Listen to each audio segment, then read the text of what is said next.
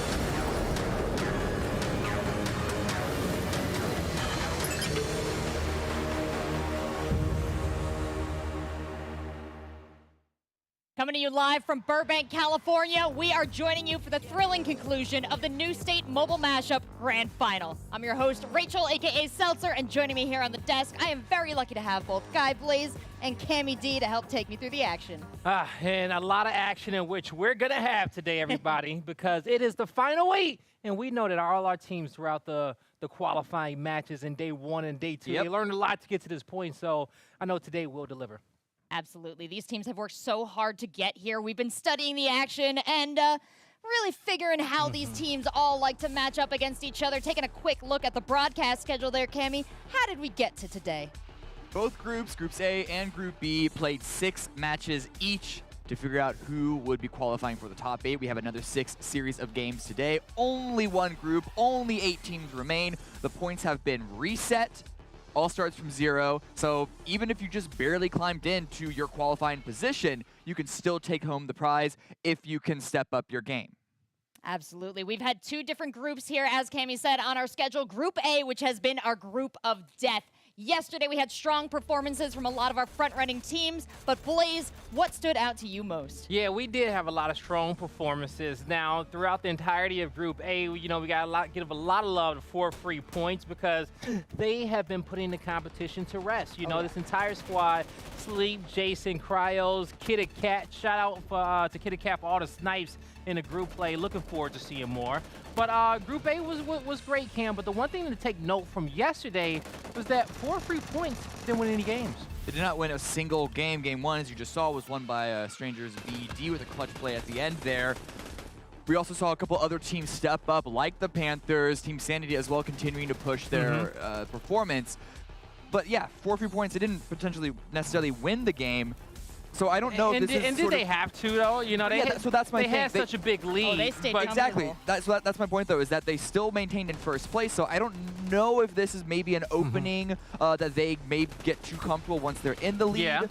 or if they just know exactly what they need to do and they don't need to push it any further than they have to. And we'll see it here at the end of the match 6 highlights. The one thing that really kind of tells that story for me is the team fight that Wynnsanity won at the end of Game 6. They're going up against 4 free points. They're a full unit. Team Wynnsanity, they're down a man, but they were still showed us that they were able to make the plays and win games in that lobby, which you know, proved Wynnsanity as a great squad here. They proved themselves picking up some W's, but when it comes down to all 8 of our best teams here, they can walk away with a victory here and a nice gold medal. An interesting stat, if you want to compare the top 2 teams from Group A, 4 free points and Team Sanity, is that even though 4 free points, as you can see, had an 8-point lead, that's all from placements. They're actually tied in eliminations, and I actually think that a lot of that, the catch-up from Team Sanity there, was on day 2. So yeah, while 4 free points, while maybe, I'm not saying this is the case, but maybe slowing down a little bit, Team Sanity just continue to get better and better. Yep.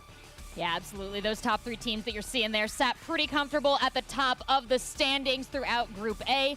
But taking a look now at Group B, we had way more movement on the leaderboard, and that was part due to the changing strategies and adaptations of these teams, Blaze. Yeah, it truly was. You know, Group B had a little bit to learn from Group A, and they were really close going into day number 2. But we didn't see as much movement as I thought we were going to see. Yeah. Group B, you saw some squads at the bottom take some risky plays, but it was Instinct winning 3 games in a row the first time here in group play, and honestly, the first time throughout New State going for that 3-peat. They shut down the competition, and they rose to the top of the standings, but no one else was able to really kind of move around there, Cam. Yeah, we just saw 7 Nations Army real quick. Now we're looking at Violent by Nature. These 2 teams, they started the day in the top 4, and they maintained their position in the top 4 because, like you said, even though towards the end we finally got to see some of the lower teams really try and make these aggressive plays.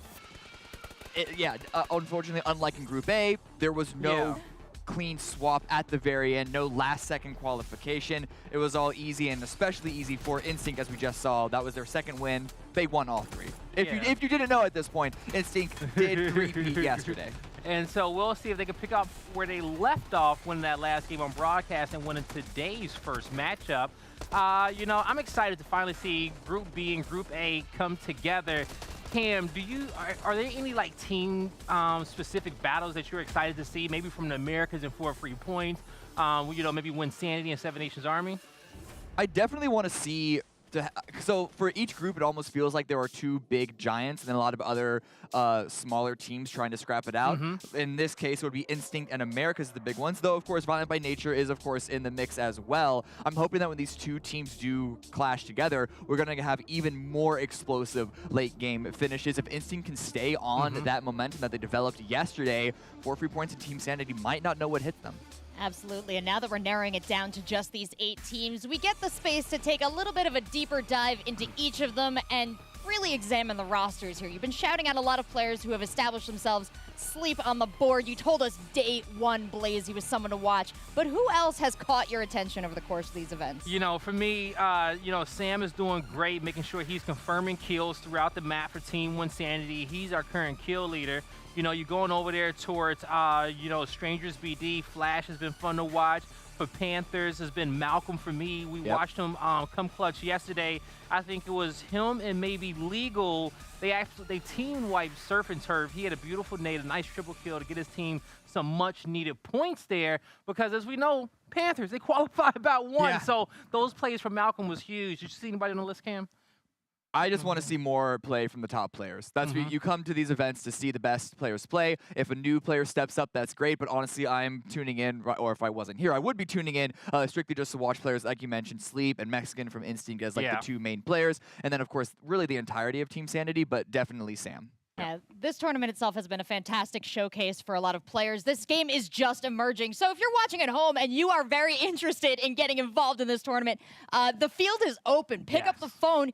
We could be doing more of these. You could be coming out here and picking up a big W, but you're going to have to beat 2 of our top teams. You're going to have to beat all of our top teams, but you have each selected a team that you think is the team to beat for this tournament. So Blaze, you've been remarkably consistent with this. Yeah, I have been remarkably consistent with this one Yes, since you we have. kicked off the broadcast. And my Cam, team he's to been so watch consistent. is going to be for free For this points, okay? Because they're the most consistent team that we've had so far in our tournament, consisting of Sleep, Jason, Cryos, and Kitted Cat. You know, for free points, they pretty much qualified for the final on day 1. Yeah. They didn't have to do much in day number 2. They were relaxing, you know, having fun, seeing how the lobby was going to play, seeing how aggressive these teams were going to be to take their fate over in their own hands. But they ended in first place. Now, when we come in today, I think they're going to take it up another gear that we haven't seen just yet. Well, you know, Cam, you've called out that peak a number of times. Sleep, not letting anybody get behind him, always doing his checks. We got to talk about the communication of these teams too. That's established themselves. 4 free points, really consistent. But Cam, who are you watching? So, I think the team from Group B that it's instinct.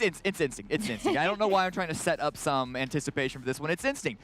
They had the 3-peat yesterday. They're looking really good. And when we're looking at the meta of the game right now, a lot of it is just pack play, where all 4 members of each team stay together. In fact, it's really only 4 free points that you start to see be a team that really spreads out, mostly Sleep going out on that flank. And because of that, Instinct actually abuse that meta. They stay on their drop spot on the edge for as long as possible, even looting up in the blue, which means that they have as much gear as they could ever hope for, and they know that because no one's really deploying any splits on the map, they'll be able to slot in without having to worry too much.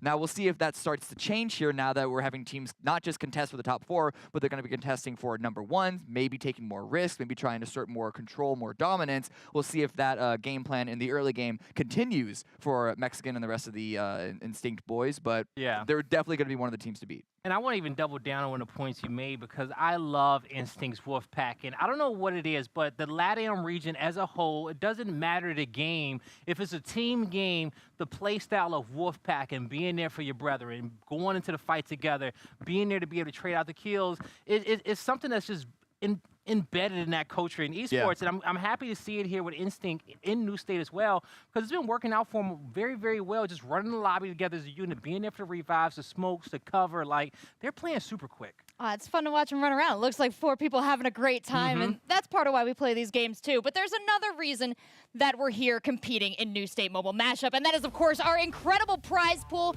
$200,000 on the line here, and look at that spread between 1st and 8th. You really want to pick up every kill. You want to move up the board as much as you can here, Cam. Yeah, you truly do, Cam. Yeah, what Blaze, you were saying yesterday, we're looking at sometimes potentially $500 in elimination. I wouldn't necessarily tell the players that, because that might put some undue stress on. A little stressful there when they realize. $500. But if we know that, that means that every single elimination that we see in these matches is going to be that much more impactful. And the more important thing to realize is that the higher up on this leaderboard you get, the larger the jump in money goes. It starts at 2K, goes to 4K, then 6K, and then between 1st and 2nd place is a full 20K, which I hope that means a team in 2nd, even if they're not as securely in 2nd place, could still take a big risk play in the final game, because what's potentially losing 6K if you could gain 20? That is Valid a reason point. to take a risk there. It is, you know. Hell, we seen, you know, Panthers qualify by 1 point yesterday. That could have been a $4,000 kill right there, Exactly. right? This is, adding the extra stakes are stress. high today. I'm going to put another stress cherry on top of the stress cake, though, because if you're on that top team and you are the top fragger on that team, you are taking home an extra $5,000, Blaze. Yeah, but, you know, squad has to come out and they have to win today. So if Wynnsanity wins, if 4 free points come out top, or if Team Instincts come out on top, those are the players and on those squads who will come away with the MVP prizing. So give them a run for your money, or if you got somebody else that you like on those teams, well, I hope they step it up today. Everybody's got to step it up today. You and I and Cam, we've all got to step it up. But there's 2 people who have been ahead of the game this whole time, calling the action. We've got Godspeed, Mustache Dave. Gentlemen, kick us off. Thank you so much, Rachel, Guy, and Cammy. Diamond Dave, it is finally time for us to kick off these grand finals. How you doing, my man? Hey, Boom. boom. How you feeling? You ready for this? I'm feeling good, man. I am pumped up. Talking to a couple of these players today is a huge day. Life-changing money on the line here. 6 games. We're going to be crowning the first ever North America champions here in New State. That's the craziest thing is these teams just have 6 games, and basically everything our desk has talked about has been how good this lobby is going to be. We obviously saw Instinct, 4 free points. I mean, this is kind of the clash of the Titans for New State so far. Teams to watch. What's yours? Ooh, that's tough. Team Sanity. That's the team that I'm going for. Team Sanity. Easy. Well, guess what? Game number 1 is ready to go. So let's kickstart the day. Let's jump into the match.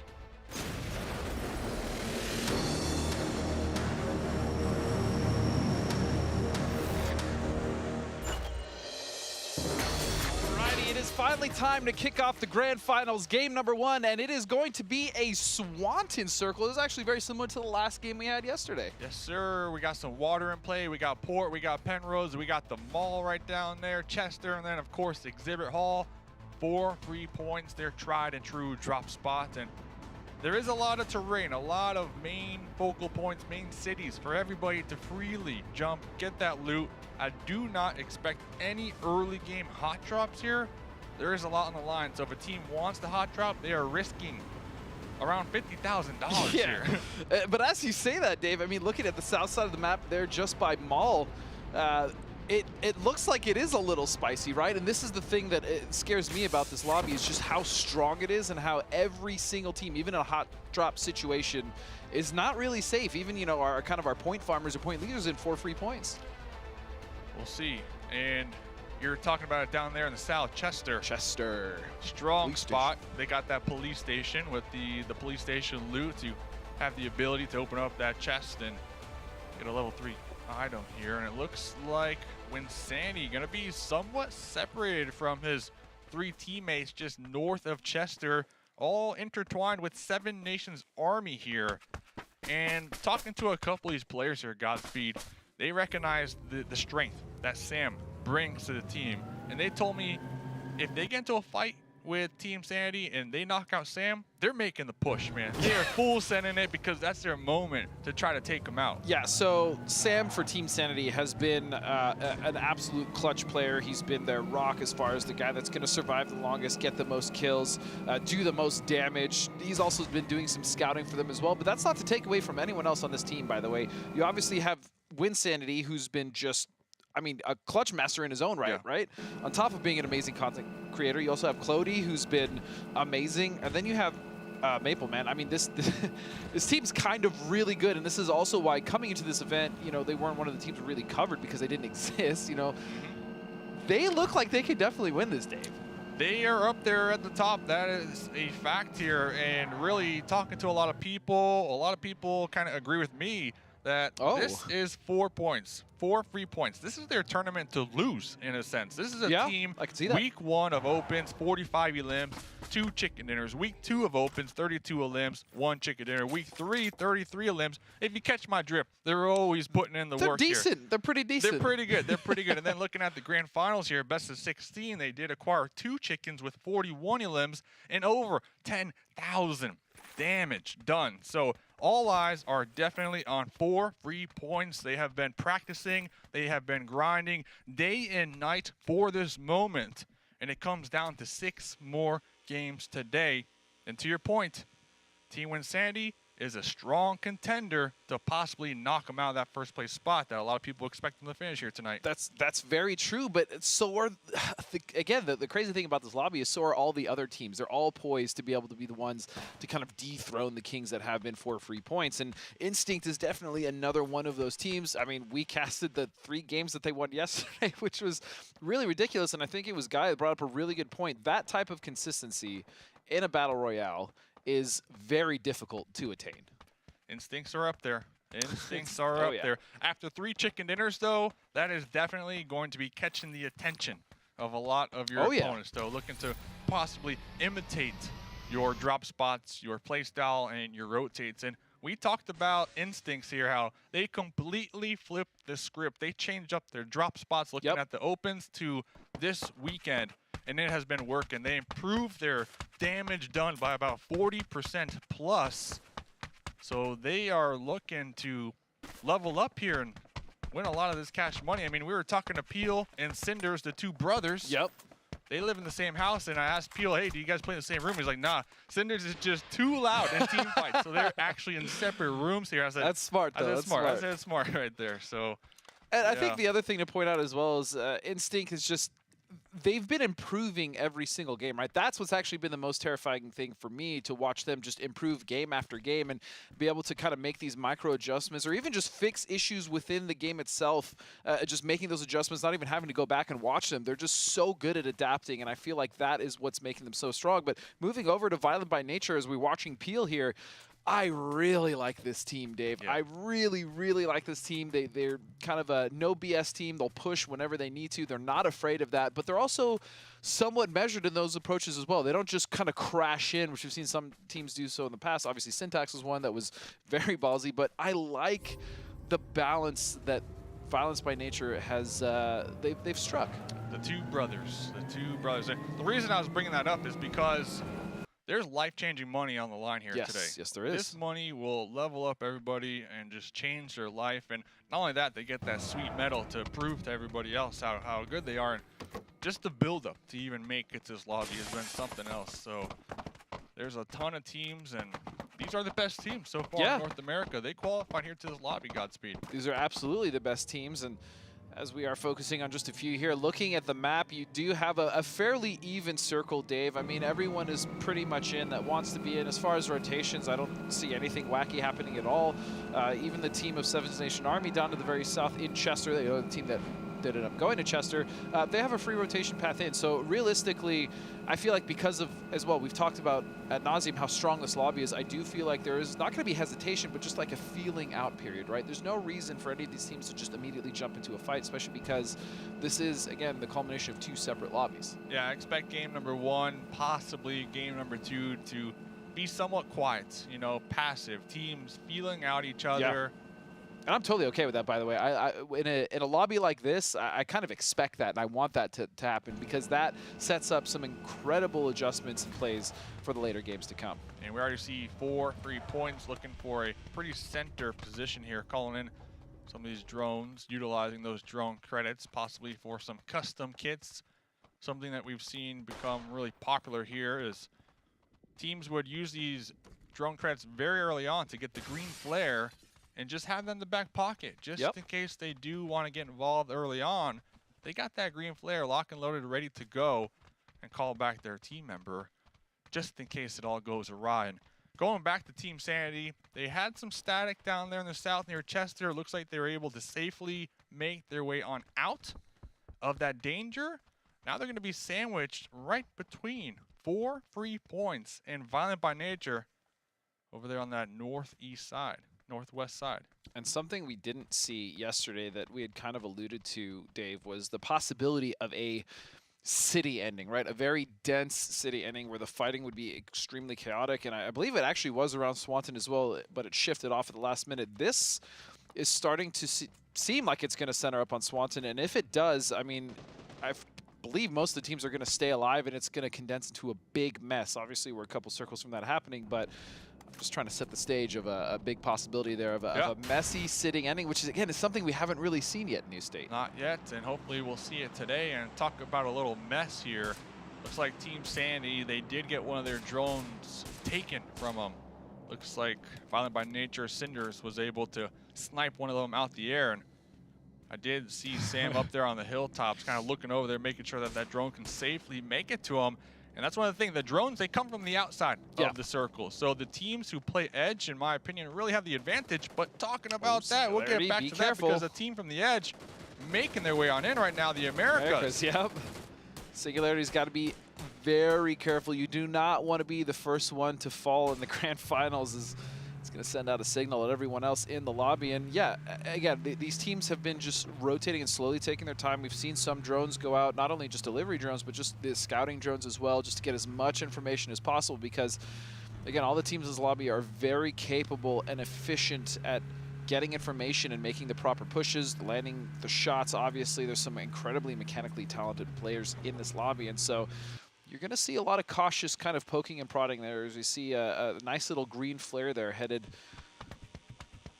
right towards the Panthers. Team of the Panthers. Oh, yeah. Setting up. And this is a story that we were just talking about here. early on, these teams looking to prepare for that mid to late game, trying to acquire these green flares, which give you the ability. Ooh, I believe they called in 2. Is that 2? It is. It's a second. Oh, second one. This might so set up for a very really aggressive prepared play. here. Okay. And I think this is necessary because they barely qualified. They just made it here to this lobby. This was Cam's pick from the desk over here, and for a good reason, because during the opens, this team was dominating. Oh, absolutely. Dominating, and one of their strengths were late game, keeping 4 up and showing 4 up in that late game, and then taking that high ground and their sniper abilities. And but off to the yesterday they couldn't do side, it was actually a member of Team Sanity, I believe it was Clody, that got knocked and then flushed by 2 separate teams. So I think it was Instincts that got the knock.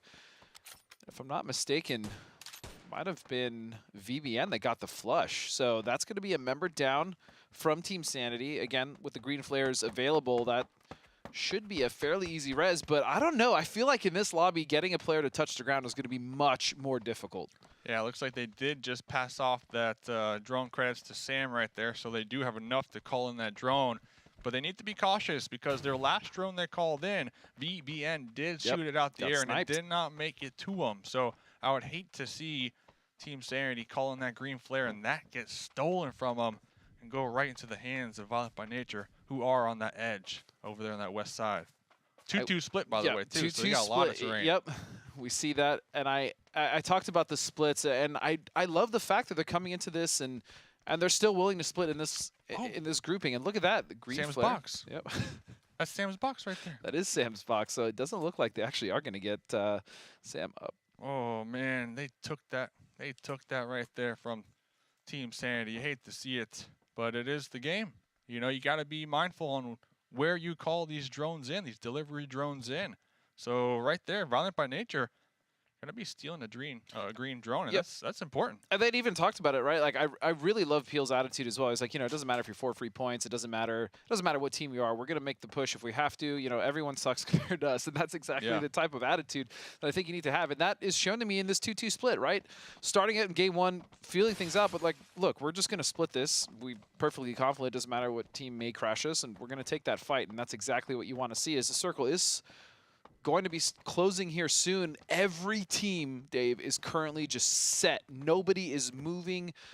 This is a pretty interesting spread overall. I do like the 2-2 split. If you notice, the 2 brothers are the duo on that northern side. So I did notice that. It is pretty cool. I'm curious if they do perform well here tonight, and one of them does get that MVP role. Will they split that $5,000? You would hope so. That's a good question. You would hope so, but that is to be seen later on, as the next circle is about to pop here very shortly. Looks like all these teams pretty comfortable for the time being. The Panthers are already in some vehicles ready to move here, which I do like that proactive play from them. And we got Cammy with the map breakdown. Yeah, so you guys were just talking, or you guys were just talking about the split that VBN had here on the west side. And so the circle doesn't go as far to them as it could have, but they're still going to be able to maintain their position here, control this field area. Ooh, that was a line that I did not mean to. Oh boy. Okay, anyway, we're cleaning it up here. In the center, though, Team Sanity already has control of this hilltop, and that's going to be the more dominant area of control for all these teams that are having to rotate in from the south and the north side. You're already seeing a bunch of rotations happen, so not only a crossfire here, but even a crossfire between these 2 teams could wreak havoc for all these teams coming in from the north. Awesome. Thank you very much, Cammy. And yeah, that is actually a really good point. They could use those vectors and sightlines for that crossfire, but they have to be careful, because if they get crashed not only by 1 team, but potentially 2 if they see the chaos, that could spell trouble or pretty much doom for one of those duos, Dave. Yeah, and I'm very curious if that split, if we are going to see them kind of play passive, right? Because they do see out there in the distance, there's multiple enemies and vehicles. I kind of want to see them consolidate, Dave. I'm not going to lie. Can they do it at this point, though? America's kind of sandwiching themselves right between the splits from VPN, and looks like they're going to be opting to go all the way around, possibly going down towards the south, towards the swamps down there. But like you said, another team with the same idea, Seven Nations Army. Yeah, they're about to run into Seven's Nation Army here, and that would definitely not be ideal on this edge early fight, because I'm pretty sure Violent by Nature would actually be able to see this. In fact, they do have some sightlines on this, so with no honor, going to take a few shots. Angry Boy does need to heal. They are in the blue right now, so they are taking Not a considerable amount of damage, but just enough to want to top off before trying to rotate in. As we see Asiza going for shots on FAU-G. He's going to back up, go for the reload. FAU-G in a world of trouble here. Tommy Gun doesn't have time to med. He's being pushed by multiple members. Can he find one knock? He is not going to, and that is a beautiful push by Seven Nation Army. Oof, and that was the player with the green flare, too, that did get knocked out in the front lines right there. So if you are that player on that scout role, you do not want to be holding that green flare for that exact reason. So it looks like that green flare will get donated to Seven Nations Army, even though they don't need it quite yet. I mean, they'll take it. They'll take it. They don't need it quite yet, but they're going to be pretty much in a nice spot to gatekeep the remainder of Americas out there. The Blues going to start to close very soon. And they're going to need to come in. Something interesting to point out as well, Dave, is that the duo, I didn't really see a lot of shooting or peacocking, so to speak, from the duo of Violent by Nature, but for whatever reason it worked. They were able to shift the other teams towards each other, and that's why we saw a loss here. And I don't think Seven Nation Army is done. That's going to be Singularity from the Americas going down as well, and this is not the game that they wanted to start with already half their members down. Yeah, that's a rock right there. That rock, where did that come from? Definitely blocking them right there. And who added? That was added last patch. That was added last patch, yeah. And getting taken out by a custom kit L8, one of my favorite 5.56 weapons here. And it hits, man. It packs a punch. So fortunate for the Americas, they do still have that duo alive in that little shack in a off-center position. So as long as Seven Nations Army don't opt to push them any further, take them out, they can theoretically survive. The only caveat to that building that they're in, you could run it over. It is a destructible shack. Yeah. So if there was any type of cover, that is not the cover I want to be in as a duo here in this tournament with only 6 games with so much on the line. I mean, you could even potentially have someone driving that just happens to, you know, steer incorrectly. They're not even trying to hit that shack, and boom, 2 kills. So it's like, where'd that come from? It's a risk for sure, especially with their vehicle there, but I'm sure at the very least right now they're going to be all right. I do worry later, especially with this shift coming, that their position is going to be somewhat contested, right? Because it is in and it is a form of cover. It's also sitting right under a hill, which can be used as a vantage point. So we'll keep up with the Americas here as these rotations start. Obviously, all the teams here at this point are going to have to move, including that split we saw earlier of Violent by Nature, the team of Instinct, as well as the Panthers are going to have to make their move in. And actually, Instinct is going to be pretty safe, but the Panthers, at the very least, are going to have to move in. But even then, with these rotations, Dave, I see a lot of room, especially on hillsides, for these teams to somewhat kind of occupy without necessarily getting too aggressive just yet. Yeah, a lot of dips, a lot of boulders, a lot of trees to work with. Ooh, oh, Sam. Okay, Sam, we see you out there at the SLR. Nice little one-tap dirt nap right there. And I'm looking at still Violent by Nature, that duo. When are they going to start to group up together? When are they going to start to rotate here in this zone? Because I do believe the Panthers, all 4 members of the Panthers, by the way, have tabs right now on Peel and Cinders. Yep. All 4 of these enemies are looking right in this direction. Fortunately, I do believe Peel and Cinders have vehicles, and they have a clear rotation to consolidate with the other duo of the team. And so I don't imagine this will be too many issues. If anything, they're just going to be able to have the other duo kind of rein in some damage. We're seeing with No Honor taking some shots now. Just trying to be a nuisance and trying to harass. He is going to have to heal. But again, a lot of these players are going to want to start putting some damage out there, or at the very least, like I said, peacocking earlier, letting other teams, look, we're here. Don't try to push this position early. Otherwise, you're going to be in for a fight. So one thing that the 2 brothers do have going for them is that the Panthers might opt to reposition and play the zone rather than stay back and play for the 2 elim points here, right? Because it is only game number 1. I'm not sure the Panthers have that risk tolerance here. Legal going to be taking a couple shots right there, kind of behind their team members who are out pushing ahead, looking for a hilltop. Yep, and they're going to find this hilltop, but so are multiple other teams. You have Violent by Nature on the other side of this taking shots, and you still have the other duo of the Panthers still not in this, as Angry Boy is going to find a knock there, as is Malcolm now, and all of a sudden this is starting to fall apart a little bit here for not only Strangers BD, but as well as Violent by Nature. That's 2 members just down. Yeah, and then on the opposite end, we are going to be tuning in right now with 4 free points. Now, they got 1 opening knock onto Strangers BD and immediately popped in those vehicles, and now they're trying to continue to get some more knocks using this utility, using these grenades, as we see them wrapping around right here. Oh, this is a mess of a circle. I just realized as well, not only is this a mess of a circle, but Cinders is still out so far in the blue. This is going to be a lot of ticking damage for him, as we're now starting to see the issues that the circle has created for a lot of these teams. Nothing but open ground, some hilltops here, there, utility going to have to be used. You have 4 free points here. Jason doing whatever he can to set the utility to be able to get the reses. Careful, Flash God, not to get your own teammate down. He is going to get knocked down by KittyCat as she is pushing forward and helping 4 free points. Managed as chaos. The utility, though, from 4 free points is remarkable. They tossed out those smokes to block the sightlines from Instincts, who were trying to third-party that fight the whole time. The thing is, KittyCat was spotted in the process, and he even thirsted. Look at this, Seventh Nation Army now taking their shots, holding the circle. They're trying to hold this top hill position, but again, it's so difficult with teams swarming around you, trying to encompass your position and just get rid of you. Meanwhile, on the outside of this, you actually have Team Sanity, as well as 4 free points, and Instinct, who have yet to even enter the circle. They're just watching, seeing exactly when is the best time for them to strike while these teams fight for every single point and every single position that they can get. Team Sanity getting mowed down right here from Malcone with that custom kit. M4 trying to follow up the blind spray right there, trying to get the confirm, but Instincts on the move, all up in the vehicle. He's gonna find 2. That's gonna be a knock. 2 headshots, just to say 1 knock. And now Instincts here on the other side of this. They do have 3 members that made it through. The heal should be coming as well from Mexican, so he should have some health to barrel into this fight. They're now getting ready to move up by Saza, though. They're very aware of the situation. They have a player knocked. They would love to get that res, but I don't think he's going to have the time. Saza going to step out to the right. He's going to get knocked. It's going to come via Mexican, but Malcolm now, the Panthers, getting involved. Wow, the Panthers already with 5 elim points. Oh, and involved did they get?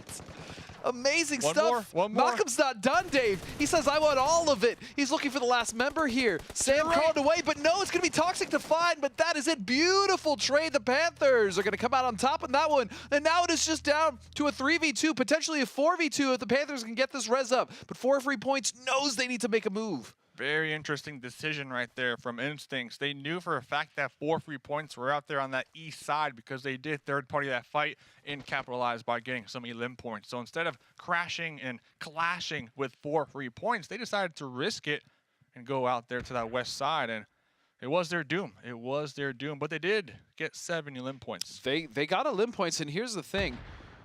Looking now at the Panthers and 4 free points, the last 2 teams remaining, I mean, this is still kind of a toss-up. Yes, you'd give the advantage here to the Panthers, but 4 free points as well, holding their ground and kind of making this crossover to that last circle difficult, as none of these teams are in, Dave. Yeah, it looks like the Panthers going to be risking their numbers advantage. Malcone in the open right there. Wait a second. Looks like 2 Panthers were knocked out. Yep, 2 versus 2. Jason and Cairo.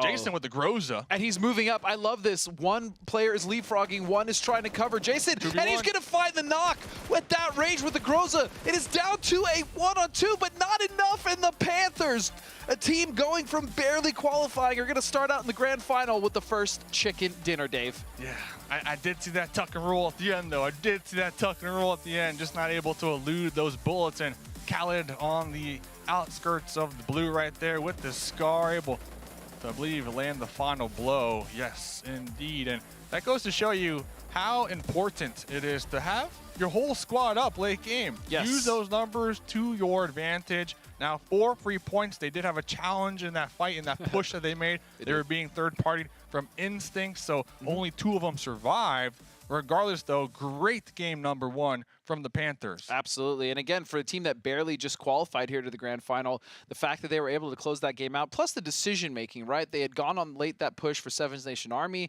The timing was just so perfect. They lost nobody for it. And then they went into the fight. Well, actually, they did have a knock, but they were able to get that up recover. And then they went into a 4-on-2 against 4 free points.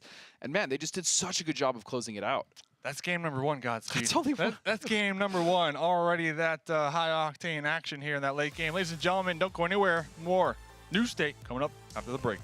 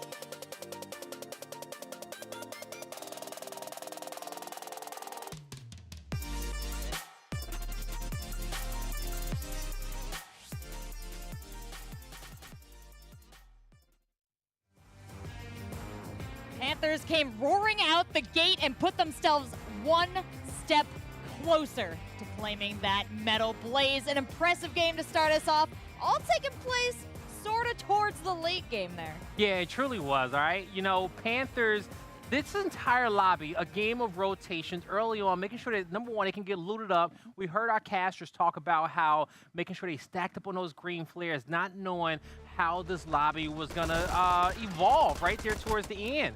Now, Panthers, they end up finding themselves in a squabble with Violent by Nature at a certain point during that game, being gate kept out. But they did kind of get blessed because Americans took their rotation, and it was a rotation which Panthers luckily did not give because Americans was the first team out. Now, Panthers, they set themselves up beautifully for the late game circle. Also, another team in this lobby, Instincts, waiting for the last second to join the fight, racking up 7 kills. You guys see them in the feed right now. One thing that's so special about Instinct is that we talked a lot about their wolf packing. They will pack 4 into a car and roll up on any team fight when you least expect it. And they are really good with choosing when to engage, and so it put them, I believe, in 2nd or 3rd place. But once it was all said and done, the Panthers, they walk away with a victory, but barely, because we saw 4 free points almost clutch up there in the end, getting multiple knocks on Panthers. And I will say, too, with 4 free points still being in the lobby, all of our players are paying attention to the kill feed, Rachel, and Instincts had an opportunity to go take out those players for 4 free points and not allow them to get placement points and get these free kills there towards the late game. That's a team that you know is dominant. You got to take out when they are at their weakest, but they will still place in the top 4. They got 8 points, Instincts with 11, and then the Panthers with 21 in first place. Gosh, Panthers looking so comfortable up there, not only with the big 10 points from that finish, but so many frags, as you pointed out. Yeah, everybody tried to stop the Panthers, okay? They were trying to rotate around them, shut them down, but the Panthers, they were just, they're so evasive. Well, you know, you got to worry about invasive species. Panthers, they're pretty big predators to let run around in these circles, Cam. What were other teams trying to do about it? Yeah, so I wanted here to highlight the importance of map control and how even though we did see VBN set up a good split position that we featured in the mid game, an edge position is still an edge position. We saw just before this moment they were shooting constantly on to the Panthers themselves, but unfortunately because they couldn't get any knock, you can play the clip, they had no other option but just to completely send it in their vehicles into a position that was essentially a blind send right now. You can even speed this up just so we can go through it a little faster. But the fact that we see Peel and Cinder still in the blue at this point shows how Control has just been completely wrecked by them. But the send comes on in. Ooh. And it's not gonna work well for them, guys. I hate to spoil this for you. You can see they're surrounded by multiple teams with no honors trying to make something work, but there's Panthers just above him, 2 more teams here on the side. And the Panthers are here to completely claim this space now as you see Khalid moving on in. And ultimately, the fact that we still see Cinders up here in the blue just to try and heal in the blue, try and get some more placement, shows how VBN themselves knew how precarious their situation was and how risky that send was going to be. So no matter what position you find yourselves in, it could get taken away at any second, so you always need to be proactive with it. Well, thanks for pointing that out, Cam, and definitely something to be aware of as we head further on into the matches. And of course, taking us through those matches, we've got Mustache Dave, and we've got Godspeed. So much, Rachel. And it's just getting started for us. Yes, there's only 5 more games, but these 5 games, I feel like are going to be just as intense as that first one we just saw, Dave. The Panthers coming in clutch, game number 1. Man, it looks like the Panthers from Open Quals week number 3, just back at that final form. Maybe they were just staying low-key the first 2 days, because today they know it's Championship Sunday, baby. It is absolutely Championship Sunday, and I still really appreciate, again, the fact that Violent by Nature was still able to do that split. That shows a lot of confidence, even though it necessarily didn't work out for them the way it wanted. The confidence of split was huge for me. Hopefully game number 2, they can show us that confidence once again, because game number 2 is ready. So let's go. Let's get it.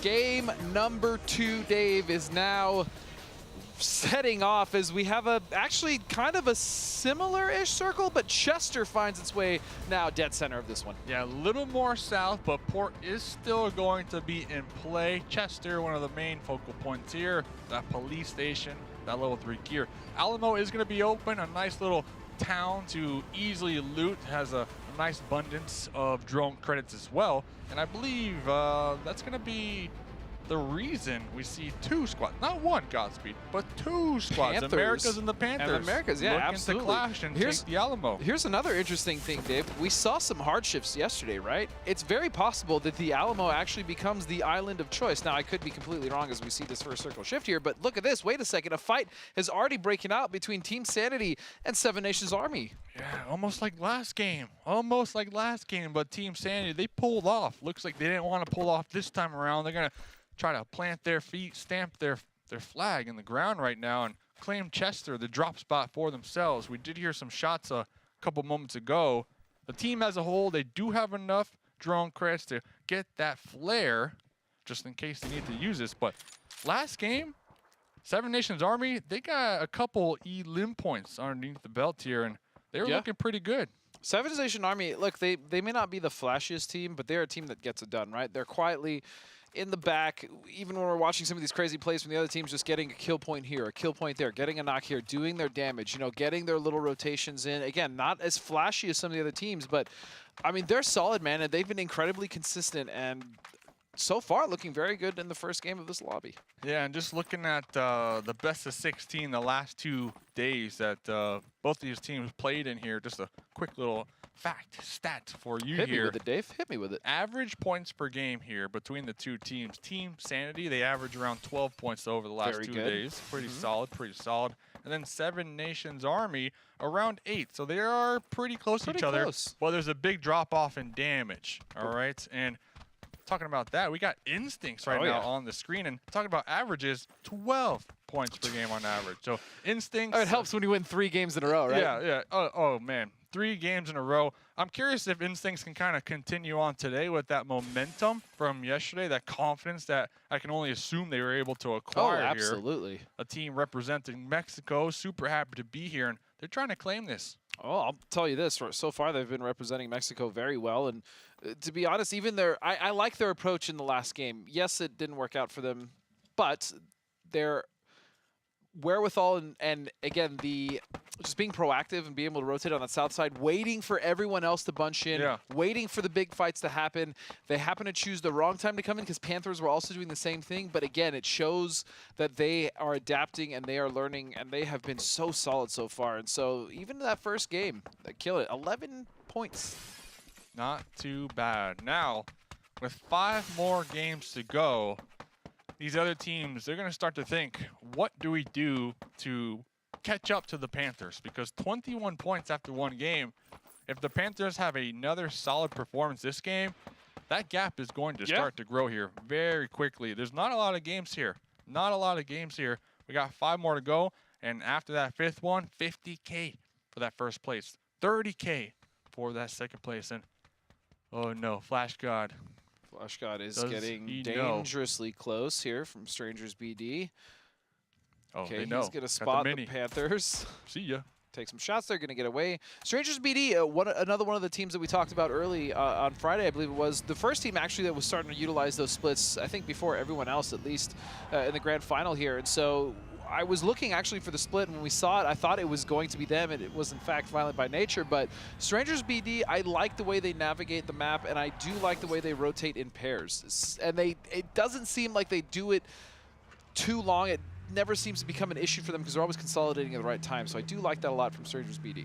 Yeah, and I think you make a great point. Their rotations, rotating in pairs, and I think the reason they do that is just in case they do catch some static, catch some heat, say one of them do get knocked, they're there to provide that support. Toss out a smoke, maybe even a deployable shield, get the or pickup. even just stall for the other duo stall to get there. for which we saw a ton of Yes. yesterday, the stalling tactic, and it worked. It worked phenomenal. wonderfully They're for here. them. They're here.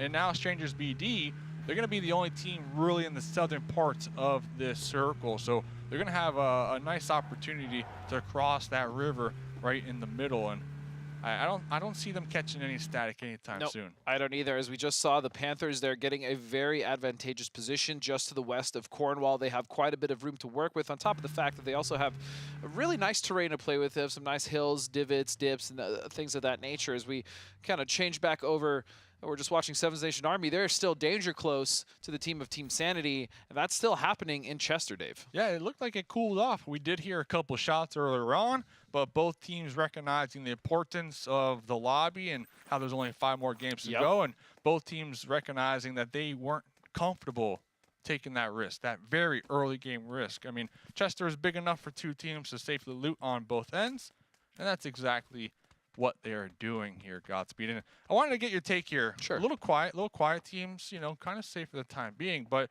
I know you got that competitive pro experience in your back pocket, in your history here. Just pull that out real quick. The I feel like I'm gonna need it. The lore. What, in your opinion, do you think some of these players, if this is their first ever event, like the feelings, what do you think is running through their heads here? A whole host, man. I think it's nervousness, a little anxious, excited, you know, probably some confidence on the side of quite a few of these players, if I'm being quite honest. And I think it's just, yeah, it's a whole host of emotions, especially when you're getting into a gunfight. You know that heart rate is going to spike. I wish we actually had heart rate monitors to some of these players to see some of these gunfights, how crazy put it on things us. get. Yeah, put it on us as well. But, yeah, I mean, even like this, right, with no honor, potentially rotating past someone and getting killed, you know, for me, if that was happening, I definitely got a little tense. Oh, it's getting Flip my teammate over, you know, who knows. But, yeah, tense. there's a lot of emotions to feel, man, and I mean, that's why we do it, right? Those emotions are what make this so fun. Oh, not fun for Peel, though. Except for Peel. Peel's feeling a lot of anger right now. He's I'm starting to notice a trend here. Every time Peel's on screen, you're kind of talking and I'm talking, away, Peel man. dies. Peel, listen to me. I promise you, I'm actually a fan. I'm not trying to curse you, but it seems to be happening. Yeah, every time I'm talking and you're on screen, buddy. Sorry. And fun fact, remember we had 2 Jedis. We do have 2 Jedis, weekend. yes. It looks like the Jedi that runs the UMP was the stronger Jedi because the other Jedi, STX, always had that MP5K. So fun little fact right there is, yeah, Angry Boy going to be taking some SLR shots right there. I believe that was Instincts. Yep. Instincts, they're the only team that I've noticed, they love to just all pile in one car. And it works, though. How is it working? Hey, I don't know how it works. It scares the hell out of me every time I see it, but I don't think they've really gotten punished for it. And so if it ain't broke, don't fix it. I just do feel like there will come a point where they realize that multiple cars is probably better than one. But as far as their macro decision-making and where they end up, I'm all aboard the Instincts train. After winning 3 chickens yesterday, I mean, it's hard not to be, right? I can't question it, because every single rotate we saw them in was in one vehicle. Every single time. But they were such good rotations, right? They weren't getting punished for it. I mean, they were navigating around the teams, especially in Group B, right? A group that we saw like up to Circle 5 or 6, all the members of the lobby were still alive. And so the fact that they were able to navigate that, you know, makes it a little less of a detriment that they're in one vehicle. But even still, I mean, the fact that they make that work is pretty surprising to me. Maybe it's an intentional tactic, though, right? Because almost every single team, they rotate with minimum 2. 2, yeah, correct. The best case scenario, 4 cars, right? Right. And if you see 4 cars out there in the distance and you're just scouting, you can easily say, hey, there's 4 that's a enemies. full team, yeah, that's a full team right but there. But if you only see 1 car driving by, you might not think especially there's a if it's whole team. electric, it also could be quiet. You don't even hear the 1 car, right? Yeah. So, yeah, Very I quiet. could actually kind of see that, Maybe Dave. it's a tactic. It's possible, a big yeah. brain tactic, because we did talk about how we spoke to a couple of the members from Instincts, and they told us straight up that they completely change up the play style from the opens to now. So that might be one of those secret sauce tactics. I'm trying to rack my brain and remember if they had used those types of rotations in the past. I think maybe they did use multiple vehicles before and it just didn't work out. So everybody does. So yeah, so it's possible this is kind of their adjustment. And again, if it's working for them, you know, I'm not going to judge it. And now we're exposing them, and now everybody else is now, going to start to do it, because now that we're So analyzing the tactics here, it is what it is. With the honor, going to take some shots onward over to the, I believe that was the Americas. So they're just poking and prodding here, violent by nature as well. Everyone, again, is set up in this circle. There's, I'm not surprised at all that we're not seeing kind of the early fights that we saw earlier in Group A and Group B. Again, this is a much stronger lobby, and so for these teams, fighting that early, unless it's absolutely necessary, doesn't seem to be on their agenda, and I think that's smart. America's another team. I was confident they would qualify to this lobby. And they did, so they did, kudos but to you. I was surprised of the lack of aggression that they had over the last 2 days, because this team was one of the most aggressive squads, in my opinion. In the last 2 days, they really kind of dialed it down a couple notches here. Wait, what? Strats, bro. With Strats. no honor. Violent by nature here, going for a little bit of a ride. And Not for long. just get into the next compound. Or next little tower here, no big deal. These towers are actually very, very good to play out of, especially if they're kind of one of the last bastions of cover. You have multiple levels, you have the stairs as well. And the locker. And the locker, of course, don't forget about that. And so, yeah, these are pretty good to hold. We've seen some teams utilize them before in the past, not only in groups as well as the last couple days. And so they're going to find themselves a nice little spot here as a drone is also going to come in and give them a nice little delivery. And Violent by nature looking pretty set up so far this game, Dave. What do you think we ordered? What do you think we ordered? Thinking a over green here? flare potentially, or Where are the red flares there at? it is. You know, I like Oh, being right. green flare. Oh, like being right. yeah, because Peel. You were Yep. talking earlier. Yeah, I was Peel talking. was Peel kicking died. out stuff. I knew what they were doing. Makes I knew a what lot they of were doing. sense. Imagine if they would have just called in a red flare, though. Peel would be like, what's going on? You know, what's going on? Calling in the care package over me here. Okay, looks like this is going to be Team Sanity on the cliff tops of Chester. They might be able to actually spot out Peel because they are out there in the open. And everybody, for the most part, sees that green flare. Yet we see Wynnsanity looking right at it. They might be looking to take some shots. And Peel's actually taking damage in the air right now. I said earlier, I'm not sure in this lobby if players are even going to make it to the ground, even in these larger circles, right? There's just so many mechanically talented shooters. It's hard to believe. But Peel, I think maybe. I'm going to stop talking because every time I do, when he's on screen, he's going to be dead. So, Dave, this one's you. He's just humming. He's humming, hoping he makes it. He made it. He made it. Peel's back, baby. He's back. I believe in the blue, though, and they did take a lot of damage. Look, now, it's it is something. early game. It is early game, so it's not going to hurt too much.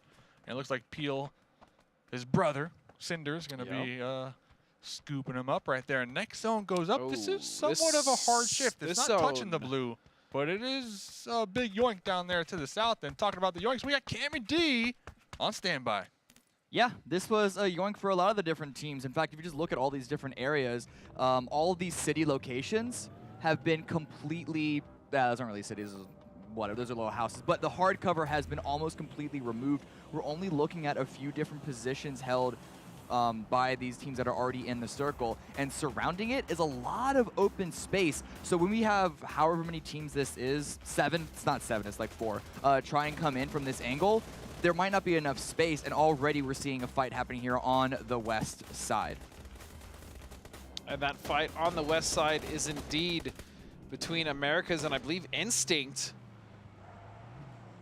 Yeah. And they were able to elude those bullets. They utilized that ridge to avoid those sight lines, and they're still going to be alive. And now they have intel that there is indeed a team in that compound. So they might be able to kind of surprise them, move in with the blue, open up that compound fight with a nice little grenade knock. But this right here, Godspeed, this is a big battle. Remember, we talked about 4 free points. This is their tournament to lose here. And Team Sanity, yesterday was on fire. And right now, Team Sanity, they might be making the push to possibly look for a fight right now. Yeah, Team Sanity, I mean, they've been looking kind of nice, Dave. Nice. It's kind of looking kind of nice. And they've been bringing the fight to all the top teams that we've had so far. And I really like their positioning as well. The one thing that I've noticed about Team Sanity that I really love more so maybe than from the other teams is they are not at all reluctant or afraid to play terrain instead of buildings or hardcover.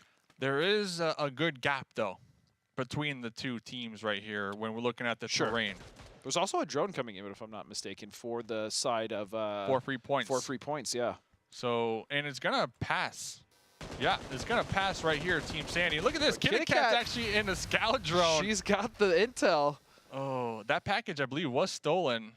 Not stolen, but in the middle at least. And it was another scout drone, by the way. Okay, so no harm, no foul. I guess they already have one scout drone. They know that the team of Team Sanity is here, and so at the very least, I don't think either team pushes this, though. No, it's too early. There's no reason. There's literally no reason for Team Sanity to go and try to push that compound right now, especially because they could wrap either west or to the east if they really wanted to. And there's no reason for 4 free points to make a play because they actually control this compound in a pretty advantageous position in the circle, and they also have a good jump-off point here for a rotation. So, yeah, this would very much surprise me if we saw a fight between the two teams. And if there was one team in a little more danger, I feel like it would be Team Sanity out there on the edge. Potentially. Because we do have a squad up there Violent by Nature, who might rotate in this area, and then Team Sanity will easily get sandwiched. But if we look at 4 free points, they got this hard cover, they got the compounds, they got plenty of angles, because down there in the south is a flower field. Yes. And that is just nothing but open terrain. Yeah. Barren. I mean, it's so beautiful. beautiful bunch to of look flowers. at. Yeah. As far as it's okay cover to play for play, solo, but a whole team, nah, No. forget about it.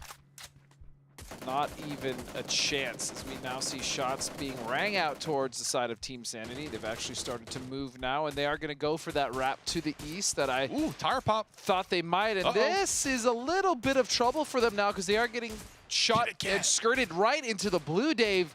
And this is dangerous, as they are going to lose Cloudy. I love this point of view. Kitty Cat, the sniper right now. The sniper all season long for 4 free points. Landing Kitty shots. Cat's been great.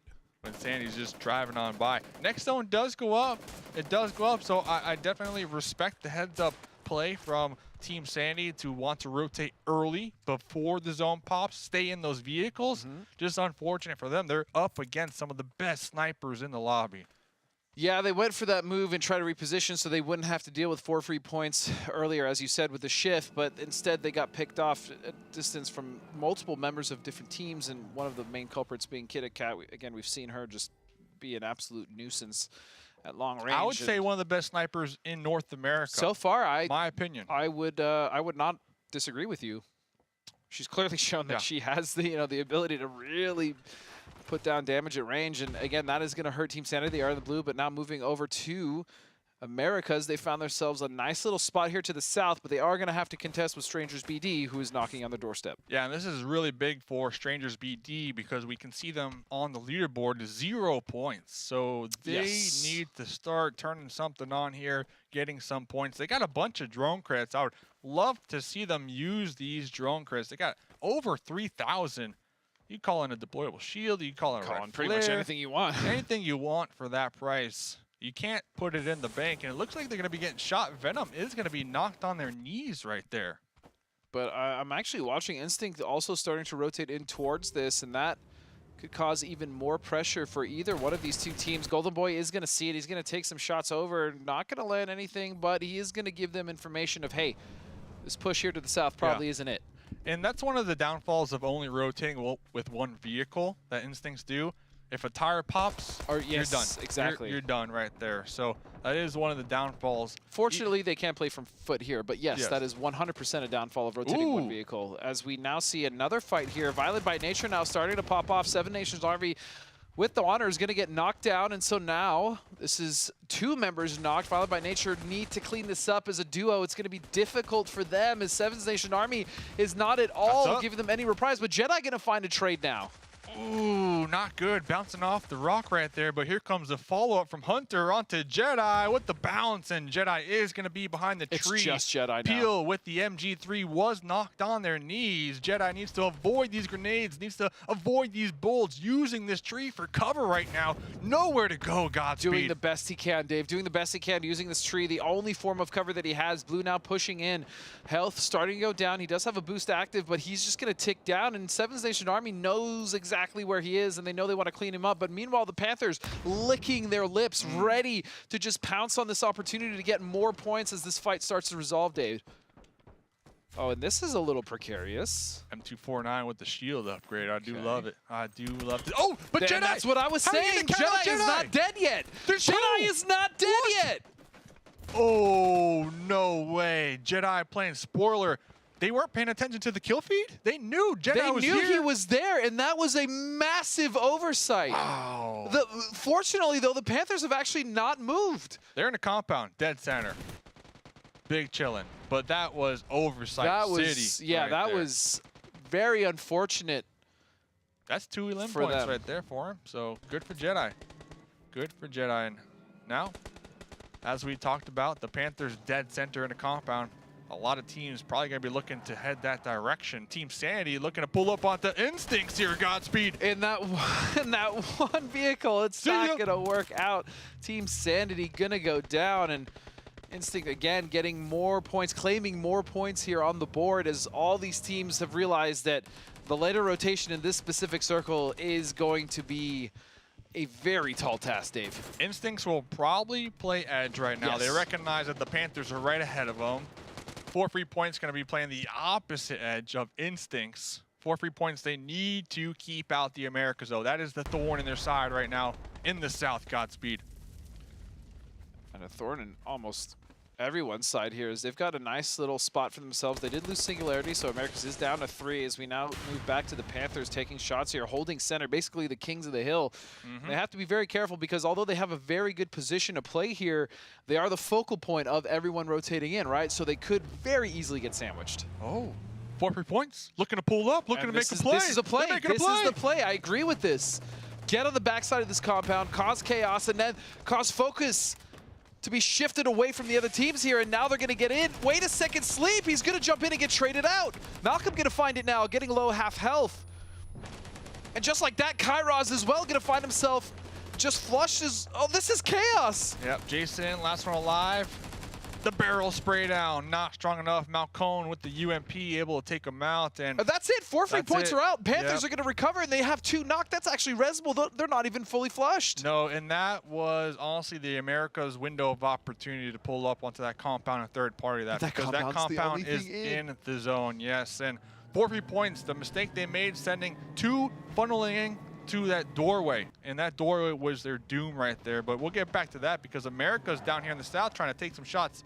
Everybody wants to push this compound, Godspeed. It's the only compound left in. It's the only bastion of safety here. The circle has caused everyone to start to rotate, and you see Instincts here on the west side. You have Americas on the south and Seven Nations Army on the north. Meanwhile, holding center still is the Panthers as they try to recover whatever they can as far as members, HP, kits. Falky's going to find some shots, so Panthers not out of it yet. Multiple teams now making this push happen. Falky just trying to find some damage to get his team in the door, but no, he's going to go down. Kali's going to find that as well. And again, chaos is the word I want to use. It is ensuing all around this circle, Dave. Panthers are still 4 up, too. They just got 1 knock on their side of things, but Sad on that high ground was holding a beautiful angle. Instincts looking to collapse in right now, Godspeed. And Instincts with 3 up now. They have the most members in the circle. Another knock to be found. Toxic with a beautiful angle there onto the window. Angry Boy going to try to do his best as well. Come around the circle, getting Sam, and it is just every man for himself at this point. A 1-on-1. Angry Boy does have the deployable shield. Confirm that. Confirm that. Yep. Ooh, confirmed it. And he's going to get traded out down to a 1-on-1. Toxic, is he going to find it? And he is. An Instinct. They may have not won 4 in a row, but they've won 4 here in the last 2 days, 3 of those coming all back-to-back consecutively. They gave a break to the Panthers, but look, they took it right back. 9 elim points, if I'm not mistaken, and the Panthers with 8 right there. So the elim points from the Panthers are going to be able to definitely keep them afloat. But what a challenging end circle right there. Toxic on the second story with a nice little vantage point with the M4 spray down from above.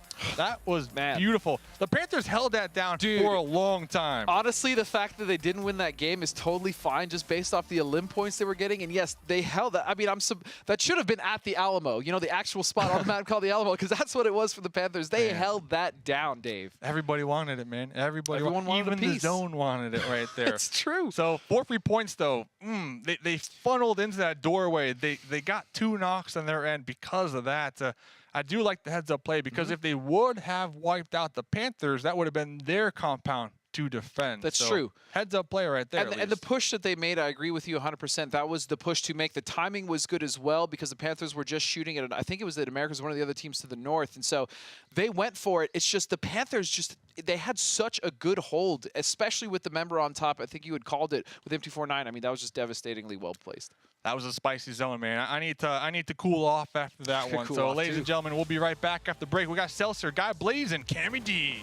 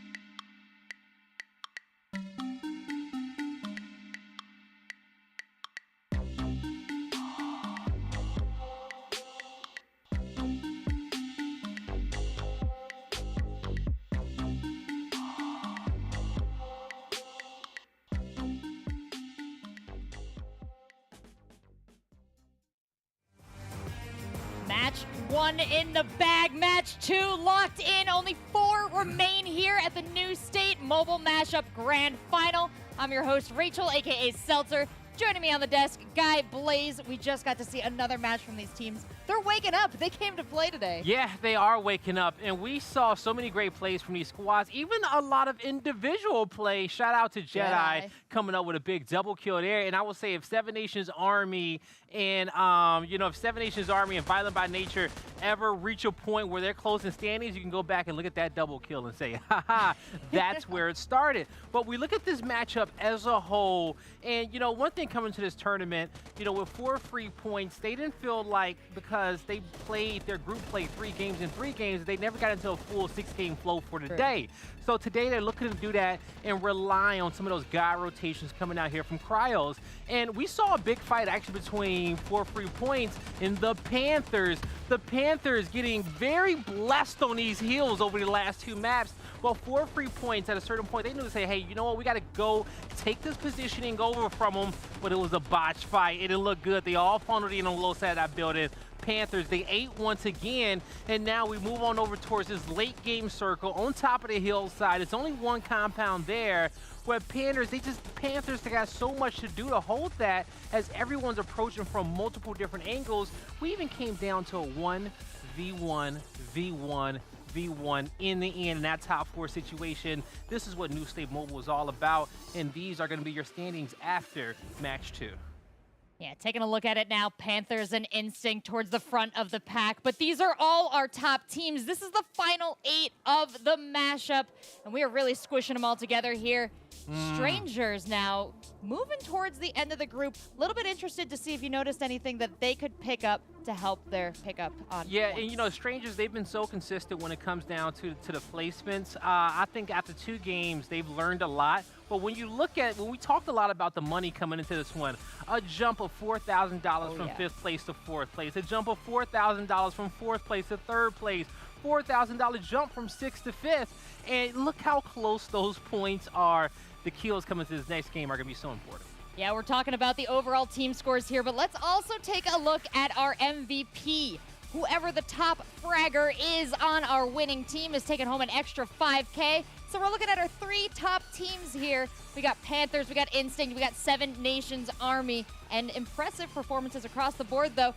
Seven Nation Army, top of the board, low on the frags. Yeah, low on the frags there. They got a lot to catch up on. Well, not only points to catch up on, okay? Because at the end of the day, you just want your squad to win, all right? And that extra $5,000 is going to be going over towards the winning squad. So, but with top performers there on the board for so far today, Malcolm, 23 kills. Man, he came out today firing off. I can't believe with this much story, we're only 2 games in. We've got a lot more to go, but let's take another look at that last match we just saw, because we got Cammy over here on the board, and we were shouting out individual plays. Cammy, you got something for us? Yeah, so I wanted to focus on, as you said, an individual play, step away from the macro on the map that we've been doing a lot of looking at. And listen, honestly, when we're looking at this play by Jedi between Seven Nations Army, we could talk about how, of course, Seven Nations Army knew that there was Jedi still behind that tree. Of course, they made a big unforced error by not taking him out, by being available to that. Of course, they made a complete mistake that totally ruined their game. We're not going to do that. We're going to focus on Jedi's play. We're going to try and stay positive here. So if you play the clip, here with the circle shift, Seven Nations Army, they try and retreat back. They know the circle did come in their direction, so they're going to take a few seconds to loot up, but Jedi takes this opportunity to pounce and gets a few knocks. But the thing that I want to focus on here is that he does not wait for the rest of Seven Nations Army to peek out and take this fight. Once he secures the knocks, he is going to then secure the kill, because he's in the blue. He is out of first aid kits. The chances of Seven Nations Army just running into him, all 4 members, and him getting the team wipe are so low. The best thing that he can do to guarantee to get something out of that situation is to confirm the kills, confirm those points, not let the res happen. And that's why they got 2 more points on the leaderboard than they would have had before that situation. And that's part of what makes the mashup so exciting, the way we're scoring the points, the way we're incentivizing these players to play. We get these really exciting moments here. Cam, thank you so much for breaking that down for us. I know you got your eyes on the game. I love seeing you pop in the middle of the match, too. You've had some great observations on circles throughout, but we'll be checking in with you shortly. We're going to send it on over to our casters now. Mustache Dave, Godspeed, take us to game 3. Thank you so much for that breakdown as well, Rachel and Cammy. And Guy also just not only looking good on the desk, just saying some good stuff. You know what I mean? Huge shout out to the guy. Shout out to the guy. Shout out to the guy. Imagine if those 2 points, though, is the deciding factor between their team and Seven Nations Army. Like, those were the 2 points. I mean, it was a beautiful play for Jedi, though, and Cammy broke it down beautifully. I mean, the fact is that he knew he wasn't going to get out of that situation, right? Like, that tree was his last piece of cover, and because of that, he just wanted to secure the kills. But you know what? That was game number 2. Let's go ahead and get on to game number 3.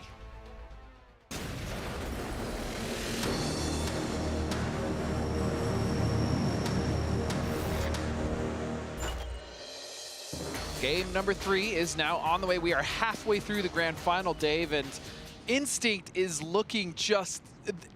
They just keep improving, man. It's crazy. Coming into this, they weren't really a team I'd say like, oh yeah, these guys are absolute contenders. I'd say, yeah, Instinct's been a really solid team. They've had some struggles, but man, have they flipped that this weekend. Yeah, and talking about Instincts, after 2 games, Toxic, 8 elim points so far to themselves. So good. Toxic is just slaying here today. And behind Toxic, we got the Panthers Mount Cone with 8 elim points, the Panthers Sad with 5 elim points, and then Khaled with another one, 5 elim points. Another one. So the Panthers are just dominating here so far in their first 2 games, and hopefully they can keep it going in match number 3 as Maple with the DSR one out here. Red dot DSR, no less. I mean, that's going to be a little more difficult for him to land shots with, but also really cool skin on that bad boy. This zone I find pretty interesting just because there's a lot of elevation in the center of it. I find it interesting as well, and if we can see the DSR headshot with the red dot, that would be something else. And just looking at the overall leaderboard, Team Sanity not performing like a lot of people expected here so far in the first 2 games. Hopefully they can bounce back, though. There's a couple more matches to go.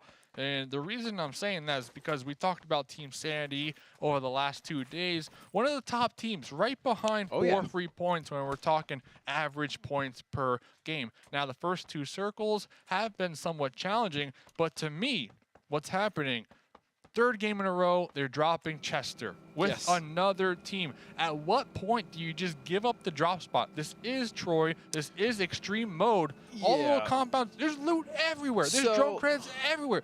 Give it up. They're going to have to give it up if they want to perform here, in my opinion. So here's my take on it, at least from what I've seen, right? They are dropping Chester with Seven Nation Army, but it doesn't seem like that's causing that many issues, at least for them or Seven Nation Army, as far as rotations or loot. I agree with you. I don't think the play is to just constantly risk something happen, even though the last 2 games nothing has happened.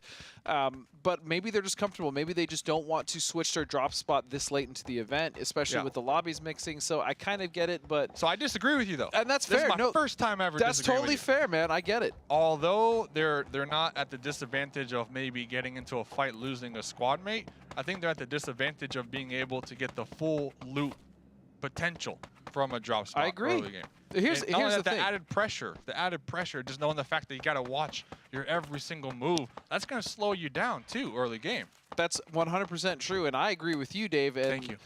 What I was trying to say is I was trying to speak on the players' behalf, right? Like that's what I could imagine they're thinking. But I agree. I don't really think there's a need for them to stay in Chester, especially because they know Seven Nation Army is there.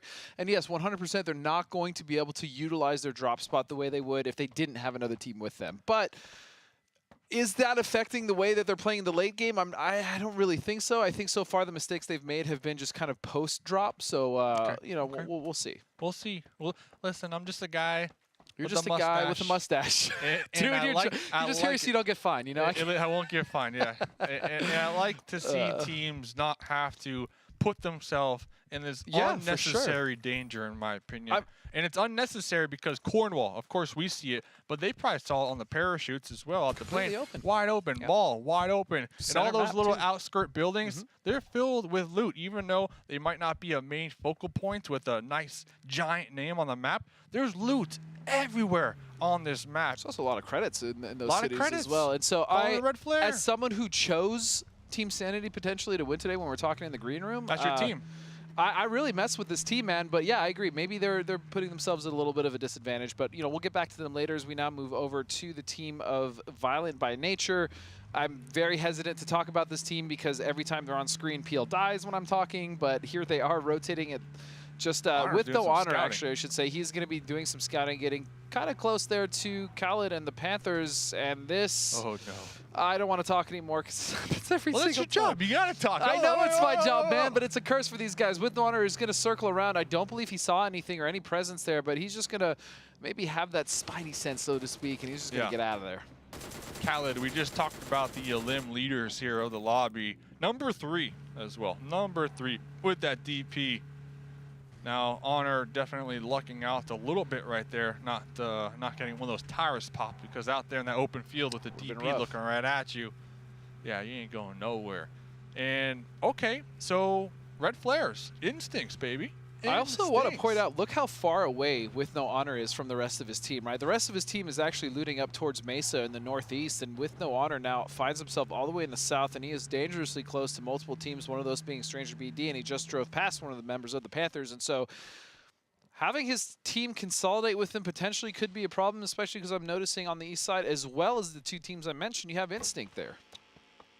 We'll keep tabs on Honor, because in the kill feed, I do see Team Sanity, they did get a knock onto 7 Nations Army. Now, with that knock, are they going to opt to possibly take this fight, be a little more aggressive here? They could use the points, though, Godspeed. They could use the points, but, I mean, just looking at the way they've postured and the fact that no one is in a vehicle already or anything, I don't think they're going to get aggressive, right? Plus, that distance of that knock is... it's just not conducive to a push, so it's probably not going to happen, and rightfully so. And so I think Team Sanity here is going to just continue to loot up, maybe get as much information on 7 Nations Army as possible, and then do what they've done the last 2 games, which is rotate without really any problems. Not conducive. It's got to be conducive. It's not conducive, man. It's got to be conducive. Okay, I can't argue with that. I mean? Now, Team Sanity, they are going to be calling in a drone scout, so they are going to be getting some intel over there. And yeah, back to your point earlier on, Violent by Nature, just all over this place as of the time being. Yeah, this on is their kind of weird rotates. from them, actually, as well. We're used to seeing them do these splits, right? But this is a little out of the realm of what we're used to with these guys, as we see Legal trying to find on shots. that lightning. Not going to get any. Peel is cruising right now. On the shift, look at that. It's actually going to keep Chester in. North Chester, we'll call it now, as center proper is pretty much the fields in between Chester and Cornwall. So I guess to kind of just put a bow on the whole Violent by Nature rotate, I want to see them just stay in the vehicles and just continue sending it. They might as well at this point. Yeah, I mean, just with the keep shift, sending yes. it with the shift and go out there on that west side, find a compound, hold it down. Well, that's the beauty of rotating when the circle is about to pop, because if you're already moving, you should be the first ones there. Ideally, if there's not another team set up where you're trying to go. And so that is that's a very kind of advanced rotation setup that they're using, and it's good. I like it a lot. Yeah. I wish more of the teams actually did that. So we'll keep tabs on them, because remember, Instincts are going to be rotating in the general area, and they did call in that red flare, so they are going to have that crate weapon, Groza, right there. So Instincts, good, man. are we surprised? Rolling 4 No, deep we are right not here? surprised at all. You know what? I'm done judging them for this. It has clearly worked for them. It's good. So it goes good as against long as your tire everything doesn't that get I popped. know in Battle Royale and rotating is everyone stacking up in one car, but hell, it's working for them, so I'm gonna let it. And they're in the Volta at that. The True. Volta, the handling kind of got adjusted It got nerfed recently, a little and bit, it's a little more sure. difficult. So the fact that they're able to navigate through multiple teams with the Volta, that's impressive. And Toxic even being mindful of their single vehicle, making sure to adjust that vehicle so it's in between the 2 buildings, so no very smart tires to get preserve. popped. Yep, very smart to preserve vehicles. That's something we haven't seen every team utilize, and it's something that they absolutely should be doing, just because, as you said, saving those tires. If you're in a pinch, you need to rotate, or you need to go somewhere quickly without having to shuffle around on foot. Saving your vehicles is paramount. Well, for them, they only got 1, so And they don't yeah, have an especially option. for a team They that don't only have an runs one option. vehicle. Yeah, Yeah, make sure to park that bad boy in a garage or something at that point. nice and, little parallel as well, you know. Yeah, exactly. And okay, so on the edge, Violent by Nature going to be taking some shots out here. They got a nice little hilltop. Flash God might have pinched their vehicle in between a boulder right there. It's going to be chilling just right there on the edge. And for the most part, every team able to safely rotate in the zone. And 7 Nations Army, they got a green flare, so they should be able to get their squad member back up. So we're about at that 10-minute mark. Everybody's still alive for the most part. Godspeed. And not surprising is, again, in the grand final, less risks are being taken, and I am seeing at the very least the reason why we're seeing less risk. Oh, that's a nice headshot landed there by Hunter onto one of the members there of Team Sanity. It was actually Wynnsanity that caught that in the mouth. But the thing I've noticed is a lot of the teams in this lobby, and pretty much all the teams, are employing many more scouting practices as compared to the lobbies we've seen in the previous 2 days. Everyone is making sure that if they're going to lose something, it's only going to be either a drone or, at the very worst, one member of the team rather than multiple. And the thing is, they're losing a lot more today.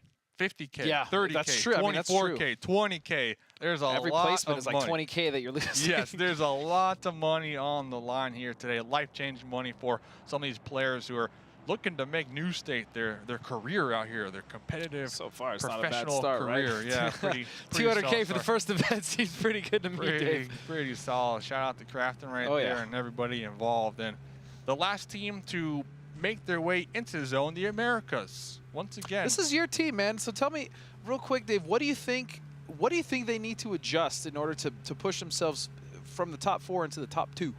I think Americas have been somewhat playing from behind. I know they're in 4th place. You're not wrong, they have been. I know they're in 4th place, so they're solid, but just the overall mentality, the mindset possibly. A little more scared, a little more hesitant to make those aggressive plays like we saw during the opens where they would get a knock, instant send. And they were so confident in the opens. Much more crispy. Much more crispy. They were so confident in the opens that they actually were one of the only teams that constantly always spread out, not grouped up. All 4 of them always spread out, getting their own angles, holding down their own terrain.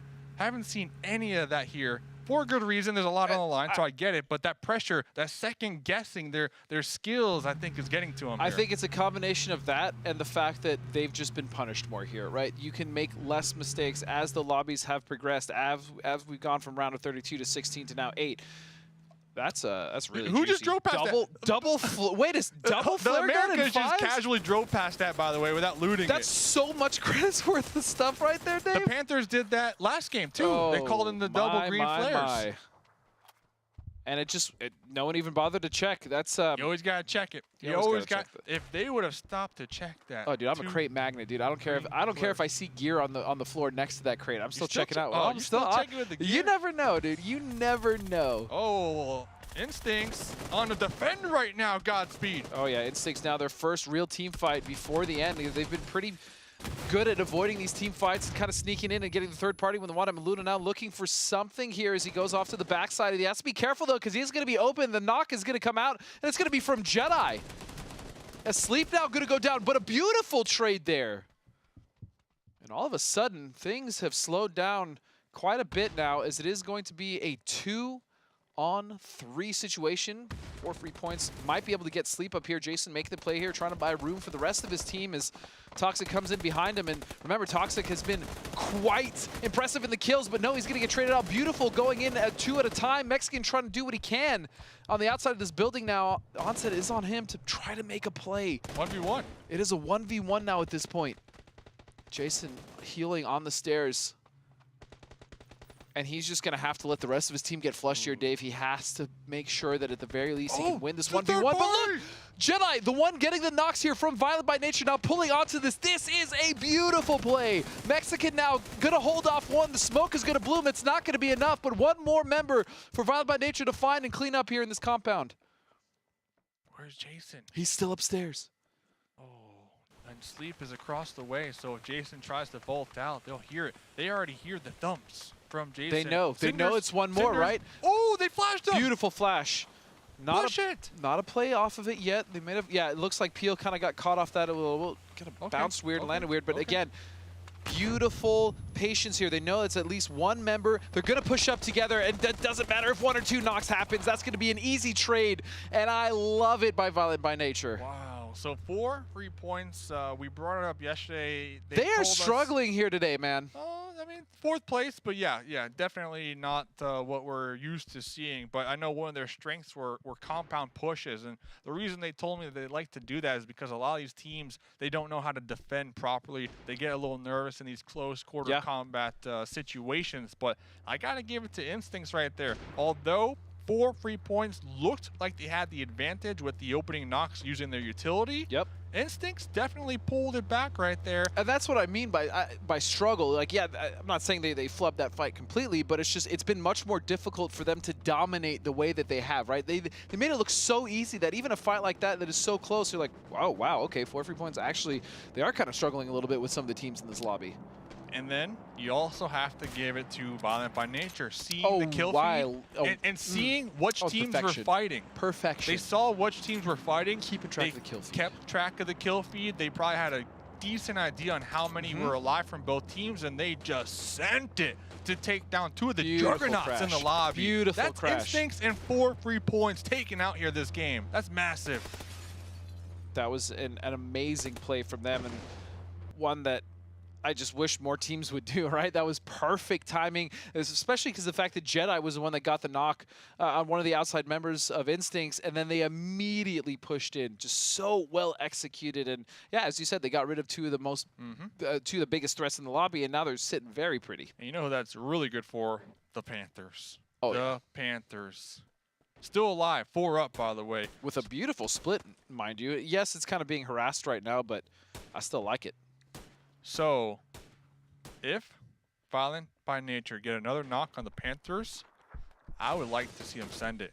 I would love to see them send it because the Panthers currently in that first place spot. We can see Violent by Nature, 7th position on the leaderboard. So they need the points. They got a lot of drone credits as well, and they are on the edge. So they can definitely call in those drones right now. Utilize them. Everybody get deployable shields. Everybody get those custom kits. What is that shift? Just prepare. This shift is best case scenario for the Panthers, sure. Violent by Nature as well. Yes, but for everyone else, I mean, that was as hard of an East shift as you could ask for, David. You're absolutely right. Violent by Nature and the Panthers are just, they're like, wow, okay. I mean, we'll take it, right? They're not going to complain. This is the 3rd game that the Panthers get these late They're game onto zones. something, you know what I mean? What are they doing today? I don't know, man. I want to know what type of shampoo they're using, what they had for breakfast, the deodorant. You know, tell me everything, because these guys are on point today. Maybe they were just big chilling day 1, day 2. I mean, we talked a lot about them day 1 and 2, and for good reason, right? They came into this tournament as juggernauts, and they barely qualified. But now this is, as you said in game 1, this is the Panthers that we were wanting to see all weekend. And you know what? Showing up and peaking in the grand final day, that's better than anything. Yeah, I don't even mind. Malcone right there, one of the top 5, in the top 5 for damage and elim points done so far today in first 2 games. Is going to be out by themselves. On the south little building there, the Panthers are taking up a lot of terrain though, guys. Yeah, it's actually overconfident though. That's what I was gonna say. It's actually crazy how much of this circle. I mean, they control the entire circle at this point. You have just a barely a slice to the south there, owned by Violent by Nature, but it is all the Panthers here, just circling around in this 2-1-1 split. Obviously, the 2 members still holding that tower, a very advantageous position for them to have as well, and one that they'll probably need to consolidate to. But honestly, they have their pick of any position here. If they get pressured there in the tower, they could easily rotate over to the west, but I kind of worry about that as Violent by Nature is now starting to make their move. Let's see what they do. Malcolm is going to take some shots, try to direct this rotation away from them and kind of push them towards the north. And speaking of the north, Team Sanity is going to actually find a member right there. Yeah, Team Sanity, they love these metal boxes as well.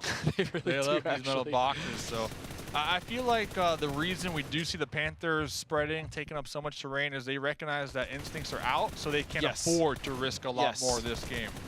Absolutely. With that second place team gone and taking as much position as they can, Malcolm going to find a kill here. Every kill here matters. Every point here matters. He is going to get traded out now, and Panthers are starting to fall one by one. The split, as you said, a little greedy, a little overconfident, so they are going to lose a few members now. Legal trying to do whatever he can in this tower by himself. Actually, no, excuse me. This is the duo. This is the ones that ended up staying.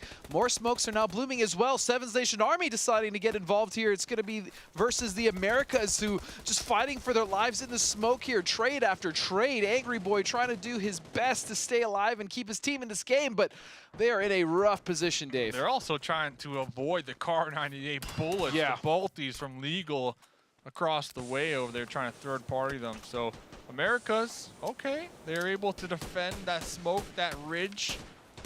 Ooh, can But for they how continue long? to defend it, though, and stay alive? Because they're not in the zone here, Godspeed. They need to move. This is a rough zone, Dave. I mean, you basically have an entire bowl for these teams to play in. As far as safe, there's not a lot of terrain to play as well. Vehicles are going to be huge if some of these teams are able to bring some of those with them. So we see a few here. Most of the tires have been shot out now, and this is pretty much going to be a ground battle for all the teams involved to try to just fight their way in and leapfrog. See who's going to actually make it to the end circle. Team Sanity right here on the high ground, looking to make a play, but Vault with the wide flank over here, trying to open up this grenade. These cliffs kind of the line in the sand right now between both squads of Strangers BD.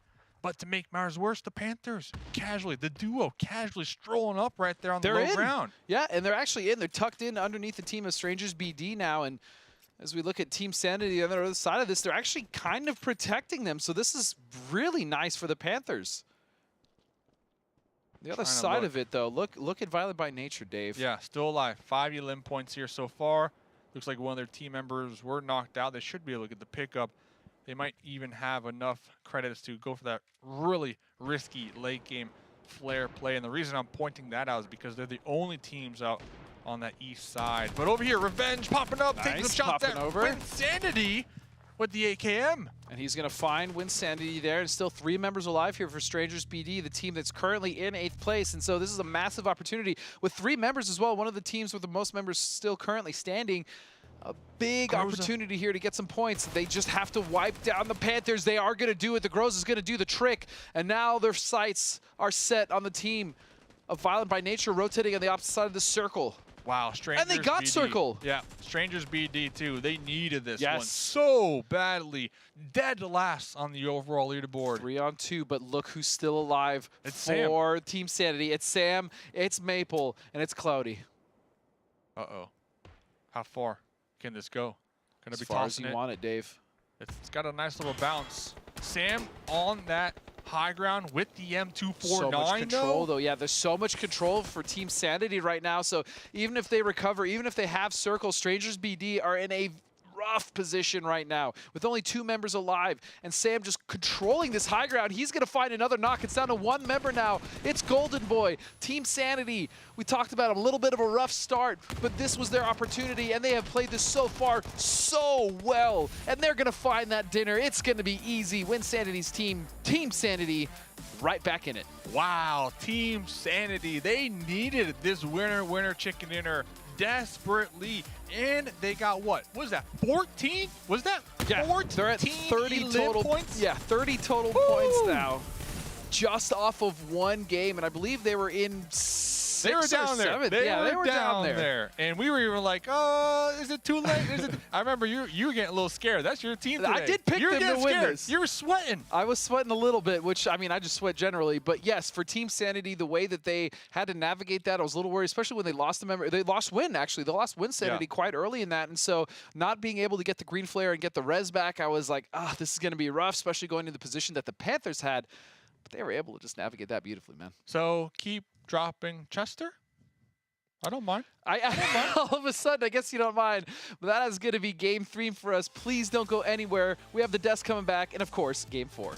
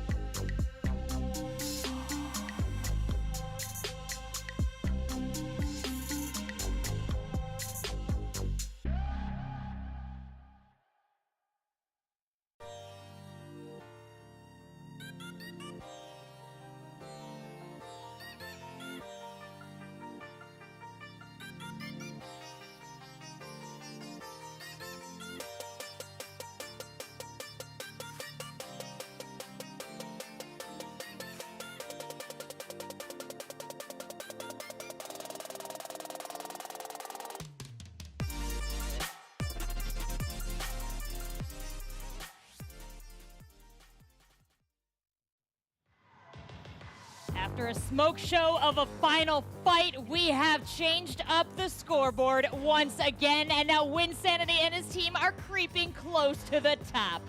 We've got our two analysts here on the desk, Cammy D, Guy Blaze, and we've been treated to some special matches here today. But that last one was pretty fun, Blaze. I saw you glued to the screen to the last second. I truly was. You know, it was a great game overall. You know, kind of breaking this one down, you know, start to finish. One thing is I do want to note, 4 free points. They came into this finals with a lot of confidence, understanding the big POIs they got to take, those rotations. But the fights aren't going their way. Now, if it wasn't for the third parties, they'll win every single one and probably be able to reset.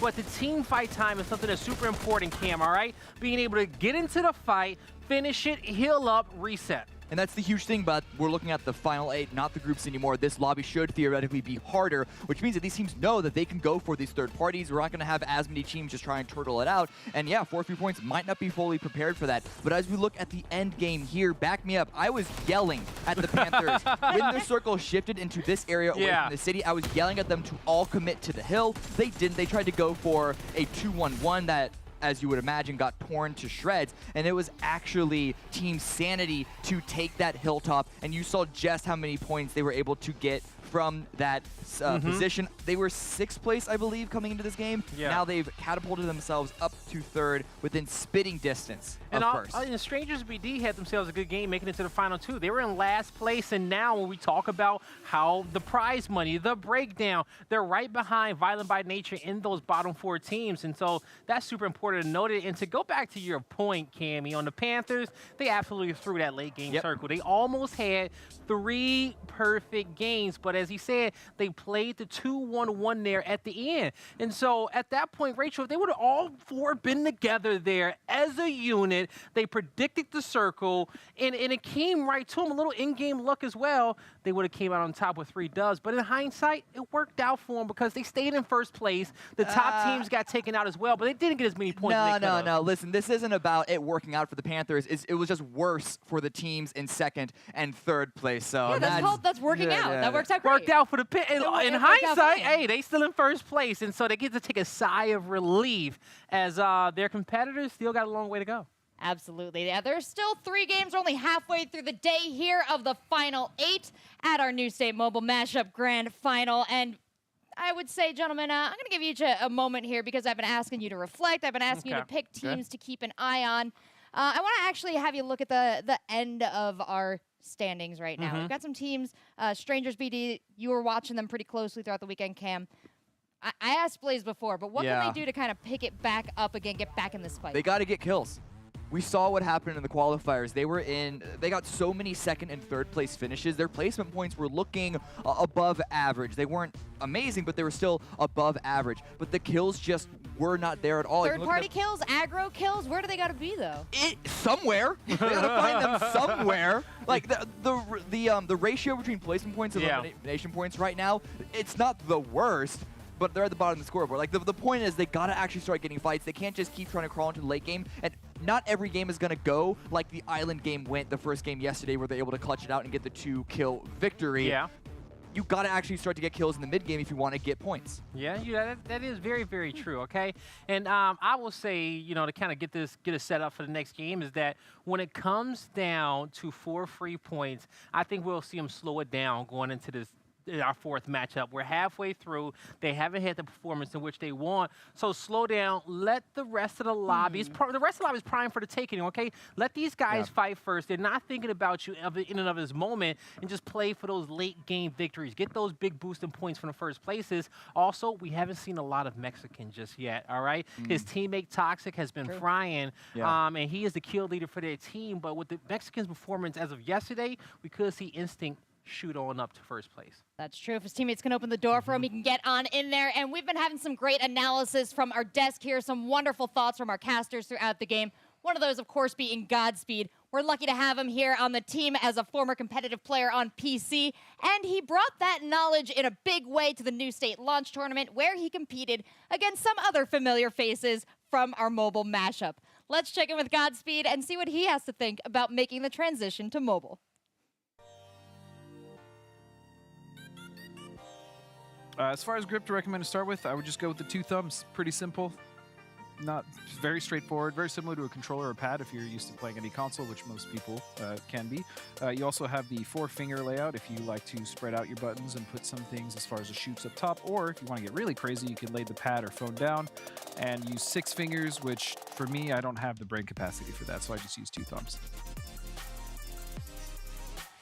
As far as new players like myself, I would just suggest going with the stock settings. You have a whole plethora of options to choose from, whether you're customizing your graphic settings, whether you're customizing your sensitivity. My buttons, personally, I was finding that my thumb was hitting the shoot button when I was trying to aim, so I just kind of moved that around a little bit. I still mostly stay with the stock UI settings. However, I do like the ability to customize things in the future if I want to get a little more advanced, which I probably will. I think as far as controller skills, they translate really well, especially if you are playing on like a smaller device that isn't a pad and you're on a phone. You can basically hold it like you would almost any other controller, and that would translate over really well. As far as mouse and keyboard, maybe a little bit more of a challenge, but very doable. Aside from the meta that New State brings with the new items, there is really no strategy change as far as PC goes. The meta translates over beautifully, and it's a great experience in VR. I always love to check in and get the pro player thoughts, especially when it comes to taking on a new game. So once again, we're lucky to have him. We've got Godspeed, and joining him, Mustache Dave. Thank you so much. I don't know who that guy is, but he sucks. Show me those, that finger. It was like nice, man. It was nice. I was like, man. Okay, so it was Surf, it was Noah, and they were trying to teach me, like, or just show me, like, the different claw and grip styles. And I mean, it just went over my head. I even tried those little thumb sleeves that I'm sure most of the players here are using, and it was just too slick for me. You know, I wasn't used to it. And so I actually, coming in from PC into mobile, I now have such a better understanding of the mechanical skill it takes to play on mobile, and I have so much more respect for these players. I love it, man. I love it. Me, claw grip with the thumb sleeves. You need the sleeves. The sleeves are necessary. Now, the full gyro, still practicing with that. That ain't me. That ain't me. That's another level. But look, enough about our scrubbiness. Let's get into game number 4 with some of these amazing players.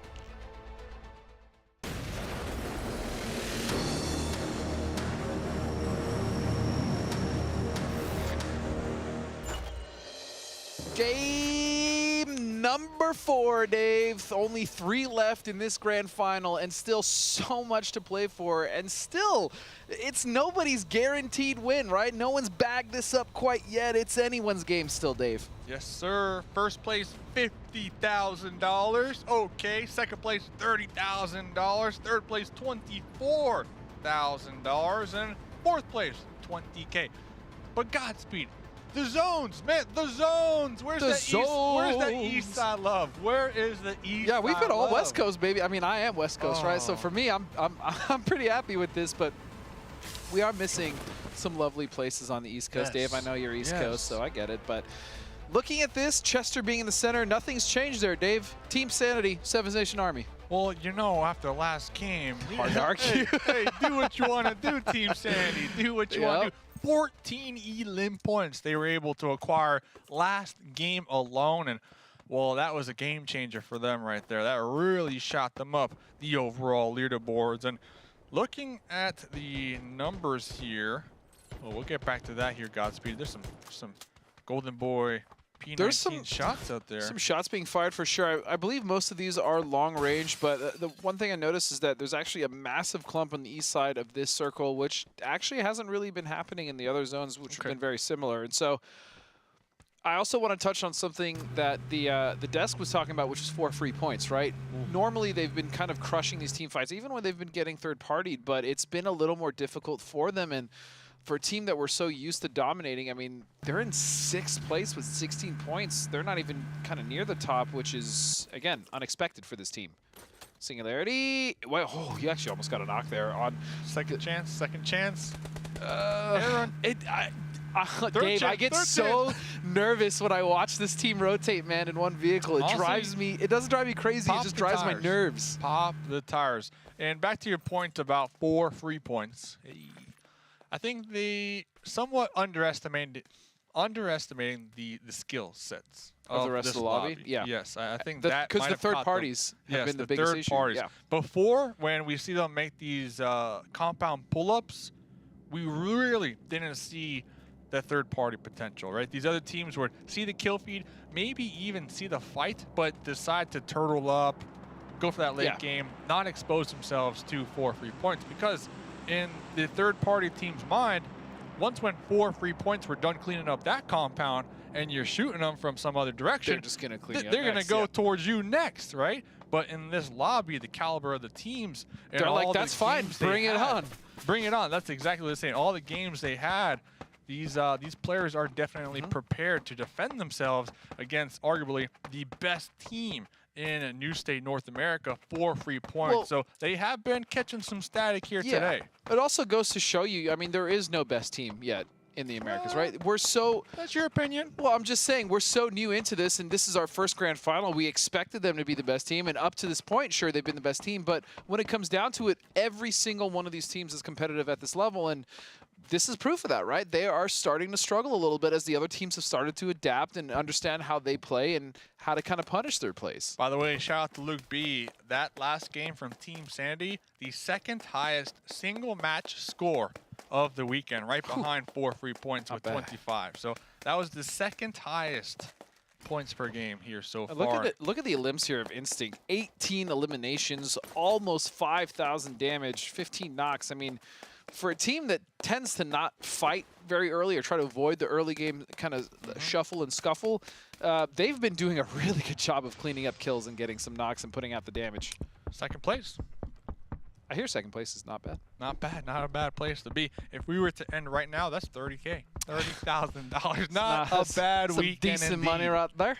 So, Violent by Nature, having a rough go the first couple matches. They have, but again, 7th place. So this is, we've already passed the halfway point, right? This is match number 4, so they could easily turn this around. And the one caveat I will give to a lot of the teams that, like your Strangers BD, your Violent by Nature, even now your 4 free points, and even Seventh Nation Army, right, to an extent, is even if they have a bad game here, it really only takes one good game to get you back in there, right? We just witnessed that from Team Sanity, and so that was an amazing game. It was an amazing game, to be fair. That was sure. the second most amazing game here this weekend. But the point is that it only takes one game, and so I would afford all of these teams maybe one more poor game or one more lackluster game, but in the next 2 they really have to pick it up. But we'll see what happens. We still have to get through this one. Yes, we do. I'm just saying there's a little bit of leeway. Okay, but are you talking about for first place or just more money? Are we talking more money? Kind of both. What? With how consistent look, if the Panthers have been Strangers playing BD here? have 2 solid games here and going into the last one, they could easily get in first place. Also, you have to realize Panthers have been consistent so far, but they have been inconsistent over the weekend. So that can crop up as we're seeing the Panthers, as I say that, take a huge nice little knock. kill on Kairos. Actually, that's 4 free points now, continuing to struggle early here. Yeah, and Sleep looks like they're going to still be sending it to that center position. Meanwhile, Kitty Cat and Jason pulling back towards the mall, maybe to pick up some drone credits, maybe to call what in that green flare, call them back in. On that point right there, Dave, I just noticed we have really not seen that many green flares so far in the grand finals. Every time we did, they would get picked out. I mean, yeah, I'm saying before they even show us that there's a green flare going, they're gone. And so this has been a big strategy, is at least we've seen so far in the open qualifiers, the influencer events, as well as the grand finals this weekend. The green flares, at least in this lobby, have been almost non-existent because of how difficult it is to get them to land. And one team that has been taking advantage of at least getting the green flares from the drone scouts has been the Panthers. That's Every true. single game we've true. seen so far tonight, they call in not 1 but 2 green flares. They double plan up. it out. They double up. The only team to truly be utilizing the drone credits to its full potential and setting up for that late game. And honestly, that mindset, you gotta appreciate it, because I know the points aren't that different between first and second, but the fact of the matter is they are in first place. Yeah, as and they're of right maintaining. Now. They're still maintaining. And even the most important thing for the Panthers that I've noticed is in these last couple of games is even in their worst games, their dire straits, they've been able to salvage. They've been able to get a few kill points here, maybe get one more placement here before they go out, so that even their worst games are still pretty good games overall. And that's incredibly important when it comes to consistency, especially in a BR setting. Talking about consistency, hopefully Strangers BD recognizing the amount of points they need on this leaderboard. They do see that green flare. For them, I would say they can't afford another back. Well, we see them right there on the edge, right? They saw that green flare. They saw that player parachuting on in. They're going to be taking a little bit of blue damage, a little questionable in my opinion. As well, I mean, at the very least, if they were taking blue, I was hoping they'd get the knock, but they let him land. Yes. Do you push this though? If you're strangers, BD, do you push this, knowing the fact that you're at the bottom? I think they get into a position where they can start farming some kills. I don't think the play is for them to try to harass, again, a team like 4 free points. Granted, they probably should know that it's 4 free points because they're the only one that have lost. The kill feed who called they're the only ones that have lost a member, and yes, because of the kill feed, and so there's no reason. They're also behind them, so if they could just get around 4 free points, get into a good position, and then start to farm the teams trying to come in, that'd be a much better play for Strangers BD. Ooh, Wynnsanity right here hitting some of these M16 shots onto Legal. Oh yeah, forcing Legal to pretty good. Pop back down. New skin, who it is, by the way. That the skin just dropped in the store. I think he's been rocking this one. The whole, yep. Just dropped this weekend. Yeah, it's a dope skin. Dope skin. You gonna buy it for me? Yes. All right. I will.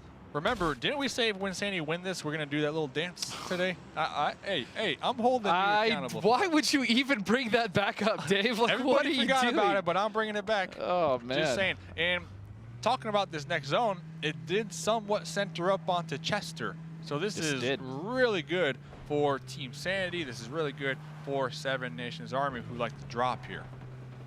And Chester, speaking of which, is getting, as you stated, quite condensed. There's many teams starting to now hop into it. But here's the thing I've noticed as well as far as these circles, Dave. Every time I think we're going to get a kind of crazy, city ending and it's going to be a wild, chaotic fight, it always pulls away from a city. So I'm not going to hold my breath here. I'm not going to hold my breath here. Yeah, it's going to go to the fields now. Yep, it's going to go to... I see what you're doing. That's crazy. With the custom kit Mini 14 increases the damage output of that, and the 8x scope is going to be at least zooming down there on 2 of the Panthers behind this boulder. And it looks like the Panthers, they got separated in that split. So the Panthers are indeed split apart. And now Instinct rolling up 4 deep. Every time, man. It's never going to get old as far as surprising me. And the fact that it's still working for them is crazy. Khaled in the smoke. Yeah, he is in the middle of the field now. And somewhat being at least kind of helped by one of the other teammates, but Panthers actually have a pretty wide split right now, so Khaled's in a little bit of trouble. And I think going back to Instincts, another reason they can really risk this single vehicle is because there's about 5 seconds between the vehicle catching fire and blowing up. Yeah, and that's enough time to quickly stop and get out. And even if you get blown up by it, you're not immediately taken out. You're just knocked out. So there's still that potential to get the revive here. And honestly, looking at 4 free points, I love the fact that they ended up pulling back outside of the edge of the circle, because now, in my opinion, that gives them a lot more flexibility, a lot more room to work with this terrain. Meanwhile, all the other teams, they just straight up sent it to Chester here, Godspeed. And that's dangerous. And the reason that's dangerous is because even if you are banking on it going into the city and it being a city ending, if it isn't, the problem is you're going to basically trap yourself in that city, and it's going to be hard to get out. Yes, sir. We'll see if that is the case. Obviously, it's pulled away every time. That's a big brain right there. That's a big brain right there. But, that is the risk of sending it into a city early, especially when it gets so condensed like that. And so, yeah, I really actually like 4 free points' idea here. They did go to the edge to get their member back. They're kind of slowing it up, and they're taking the terrain on the north side on that hill, which means that they'll be able to see everything, or at the very least, most of everything happening in the city, and make their decision and then play off of that. And one of 4 free points, their main strengths that I've recognized here over the weekend is they love getting these hilltops, these high ground positions, overlooking the enemies. And the fact of the matter is they're not inside of Chester. Depending on the next circle, that can really play a factor in helping them climb up this overall leaderboard. And I'm not doubting them, by the way. Like, sure, they're in 6th place and they have 16 points, but they can easily bring this back. I still believe they're one of the stronger teams here, even though it's been a little bit of a messy grand final for them. But yeah, I mean, 4 free points can bring this back in a heartbeat. Love how you double them back now that I wasn't doubling back, man. I just said they were struggling. Listen, Am I wrong? You got Wynnsanity. Am I wrong? Well, yeah, I still think Wynnsanity going to win, but I'm not going to take away from 4 free points. Get out of here, Dave. Yeah, I'm just holding people accountable. I'm just holding people accountable. Next circle. And there's the shift, Dave. Ooh, okay, and I do see 4 free points calling in some drones, but we got Cammy D standing by with the breakdown. And Dave and Godspeed, you guys just broke down amazingly why going into Chester so early is such a rough situation, especially for these two teams who are on the side, because now suddenly they're going to have to push through this entire line of defenses here. Now, in contrast, 4 free points who, as well, Godspeed, stated that they love these hilltop positions. They can easily bump that spot to a hill over here and honestly not really have to worry about too much drama. However, they could also hold onto their position for a little bit because this could have some clear lines of sight onto this area over here where they can pick up a bunch of points, as we've established they need if they want to climb up this leaderboard. Absolutely. I mean, 4 free points is poised to, again, they can cross over, as Cammy was saying, or they can hold and kind of hold the sideline for the teams that will have to move out of the city eventually and try to farm points that way. So very good positioning on the part of 4 free points, if I may say so. Yeah, I think I said so, but it's okay. You know, respect out there. And real quick, while that was happening, the Panthers did attempt to call in a green flare and get one of their teammates back into the action. They were taken out in the air, so the Panthers still down to just 2. Singularity on that Vulture. Look at that skin, by the way. It's so sick. Vulture, one of my favorite vehicles here on It's like Troy. every vehicle is one of your favorites. No, it's the Vulture and then the Electron, the bus. That's it. That's I only got 2 favorites. That's fair. I only got 2 favorites. And favorite weapons, P90. Of course. Everybody knows. Everybody knows. I That's mean, it. me, I'm more of a McLaren man myself, but you know. Okay. Look at this, though. Instincts taking some shots out there in the distance. And this is going to be 7 Nations Army looking like they're trying to get a soft maybe wrap around at least one of their players onto Instincts here. This is very interesting. I do worry, though, if they overextend and potentially get knocked, but it looks like Escalona is just looking for information. That's exactly that. Not poking and prodding too far. It's feeding all of this back to their team so that they can make the best decision, because as far as Chester goes, they are the most central of the teams in the city, and so they can kind of take their time a little bit more than some of the teams on the outskirts. Team Sandy's still going to be 4 strong as well. I do like the spread from Instincts. They're all in their own little different apart buildings. The only downside to that, though, is if one of them gets knocked like Sam is. There's no trades. Yeah, you got to jump out the window, the tuck and roll, the vault. You might be spotted. Maple going to be tossing a grenade. 2 members knocked now, actually, from Instincts. And as you said, Mexican now and Toxic are going to have to go around the back and then shuffle into this building in order to get the res. But that's very dangerous as Mexican almost goes down. 2 HP. I think Sam is done. You know, Sam, I tried. 2 HP. You're on your own, buddy. You're on your own, buddy. I told you not to peek that window. You did anyways. And so now just the duo of Instincts. And if you're anyone else in the lobby, you're seeing the kill feed pop off. You're noticing that Team Sanity's lost 1. Instincts lost 2, or at least had 1 knock. And Panthers are down to 2. This is money, especially if you're Strangers BD, Violence by Nature, or 4 free points. Yes, sir. There's only 6 teammates in the game. There is still that potential of calling these green flares, but like you talked about earlier on in this match, it has not really been working out for that player parachuting for down. any of the teams. It's not just one team. Any of the teams trying to bring anyone in. It's been a struggle for sure. These guys have been getting picked up out of the sky like clay pigeons. As we see a team that would like to start shooting around like they're shooting at clay pigeons is 4 free points sitting on that hilltop, and they have a drone coming in for themselves right now as well. Actually, rocking all DPs. Oh, and look at that from the hilltop. Gonna find Aaron. And that's gonna spell some trouble here for the Americas, as this is starting to look like exactly what we're used to seeing from 4 free points, and that shift is going to give them all the room and ammunition they want. Let's go, baby. They got 3 DPs and then Kitty Cat with the M24 and the M249. So all light machine guns and the hilltop and the zone up here towards the north. They just called in and used all their drone crits, so they are prepared. They got the backup green flare. They got the custom kits. They are just ready to go. This is 4 free points. This is the team that I have been waiting for to show up here tonight, Godspeed.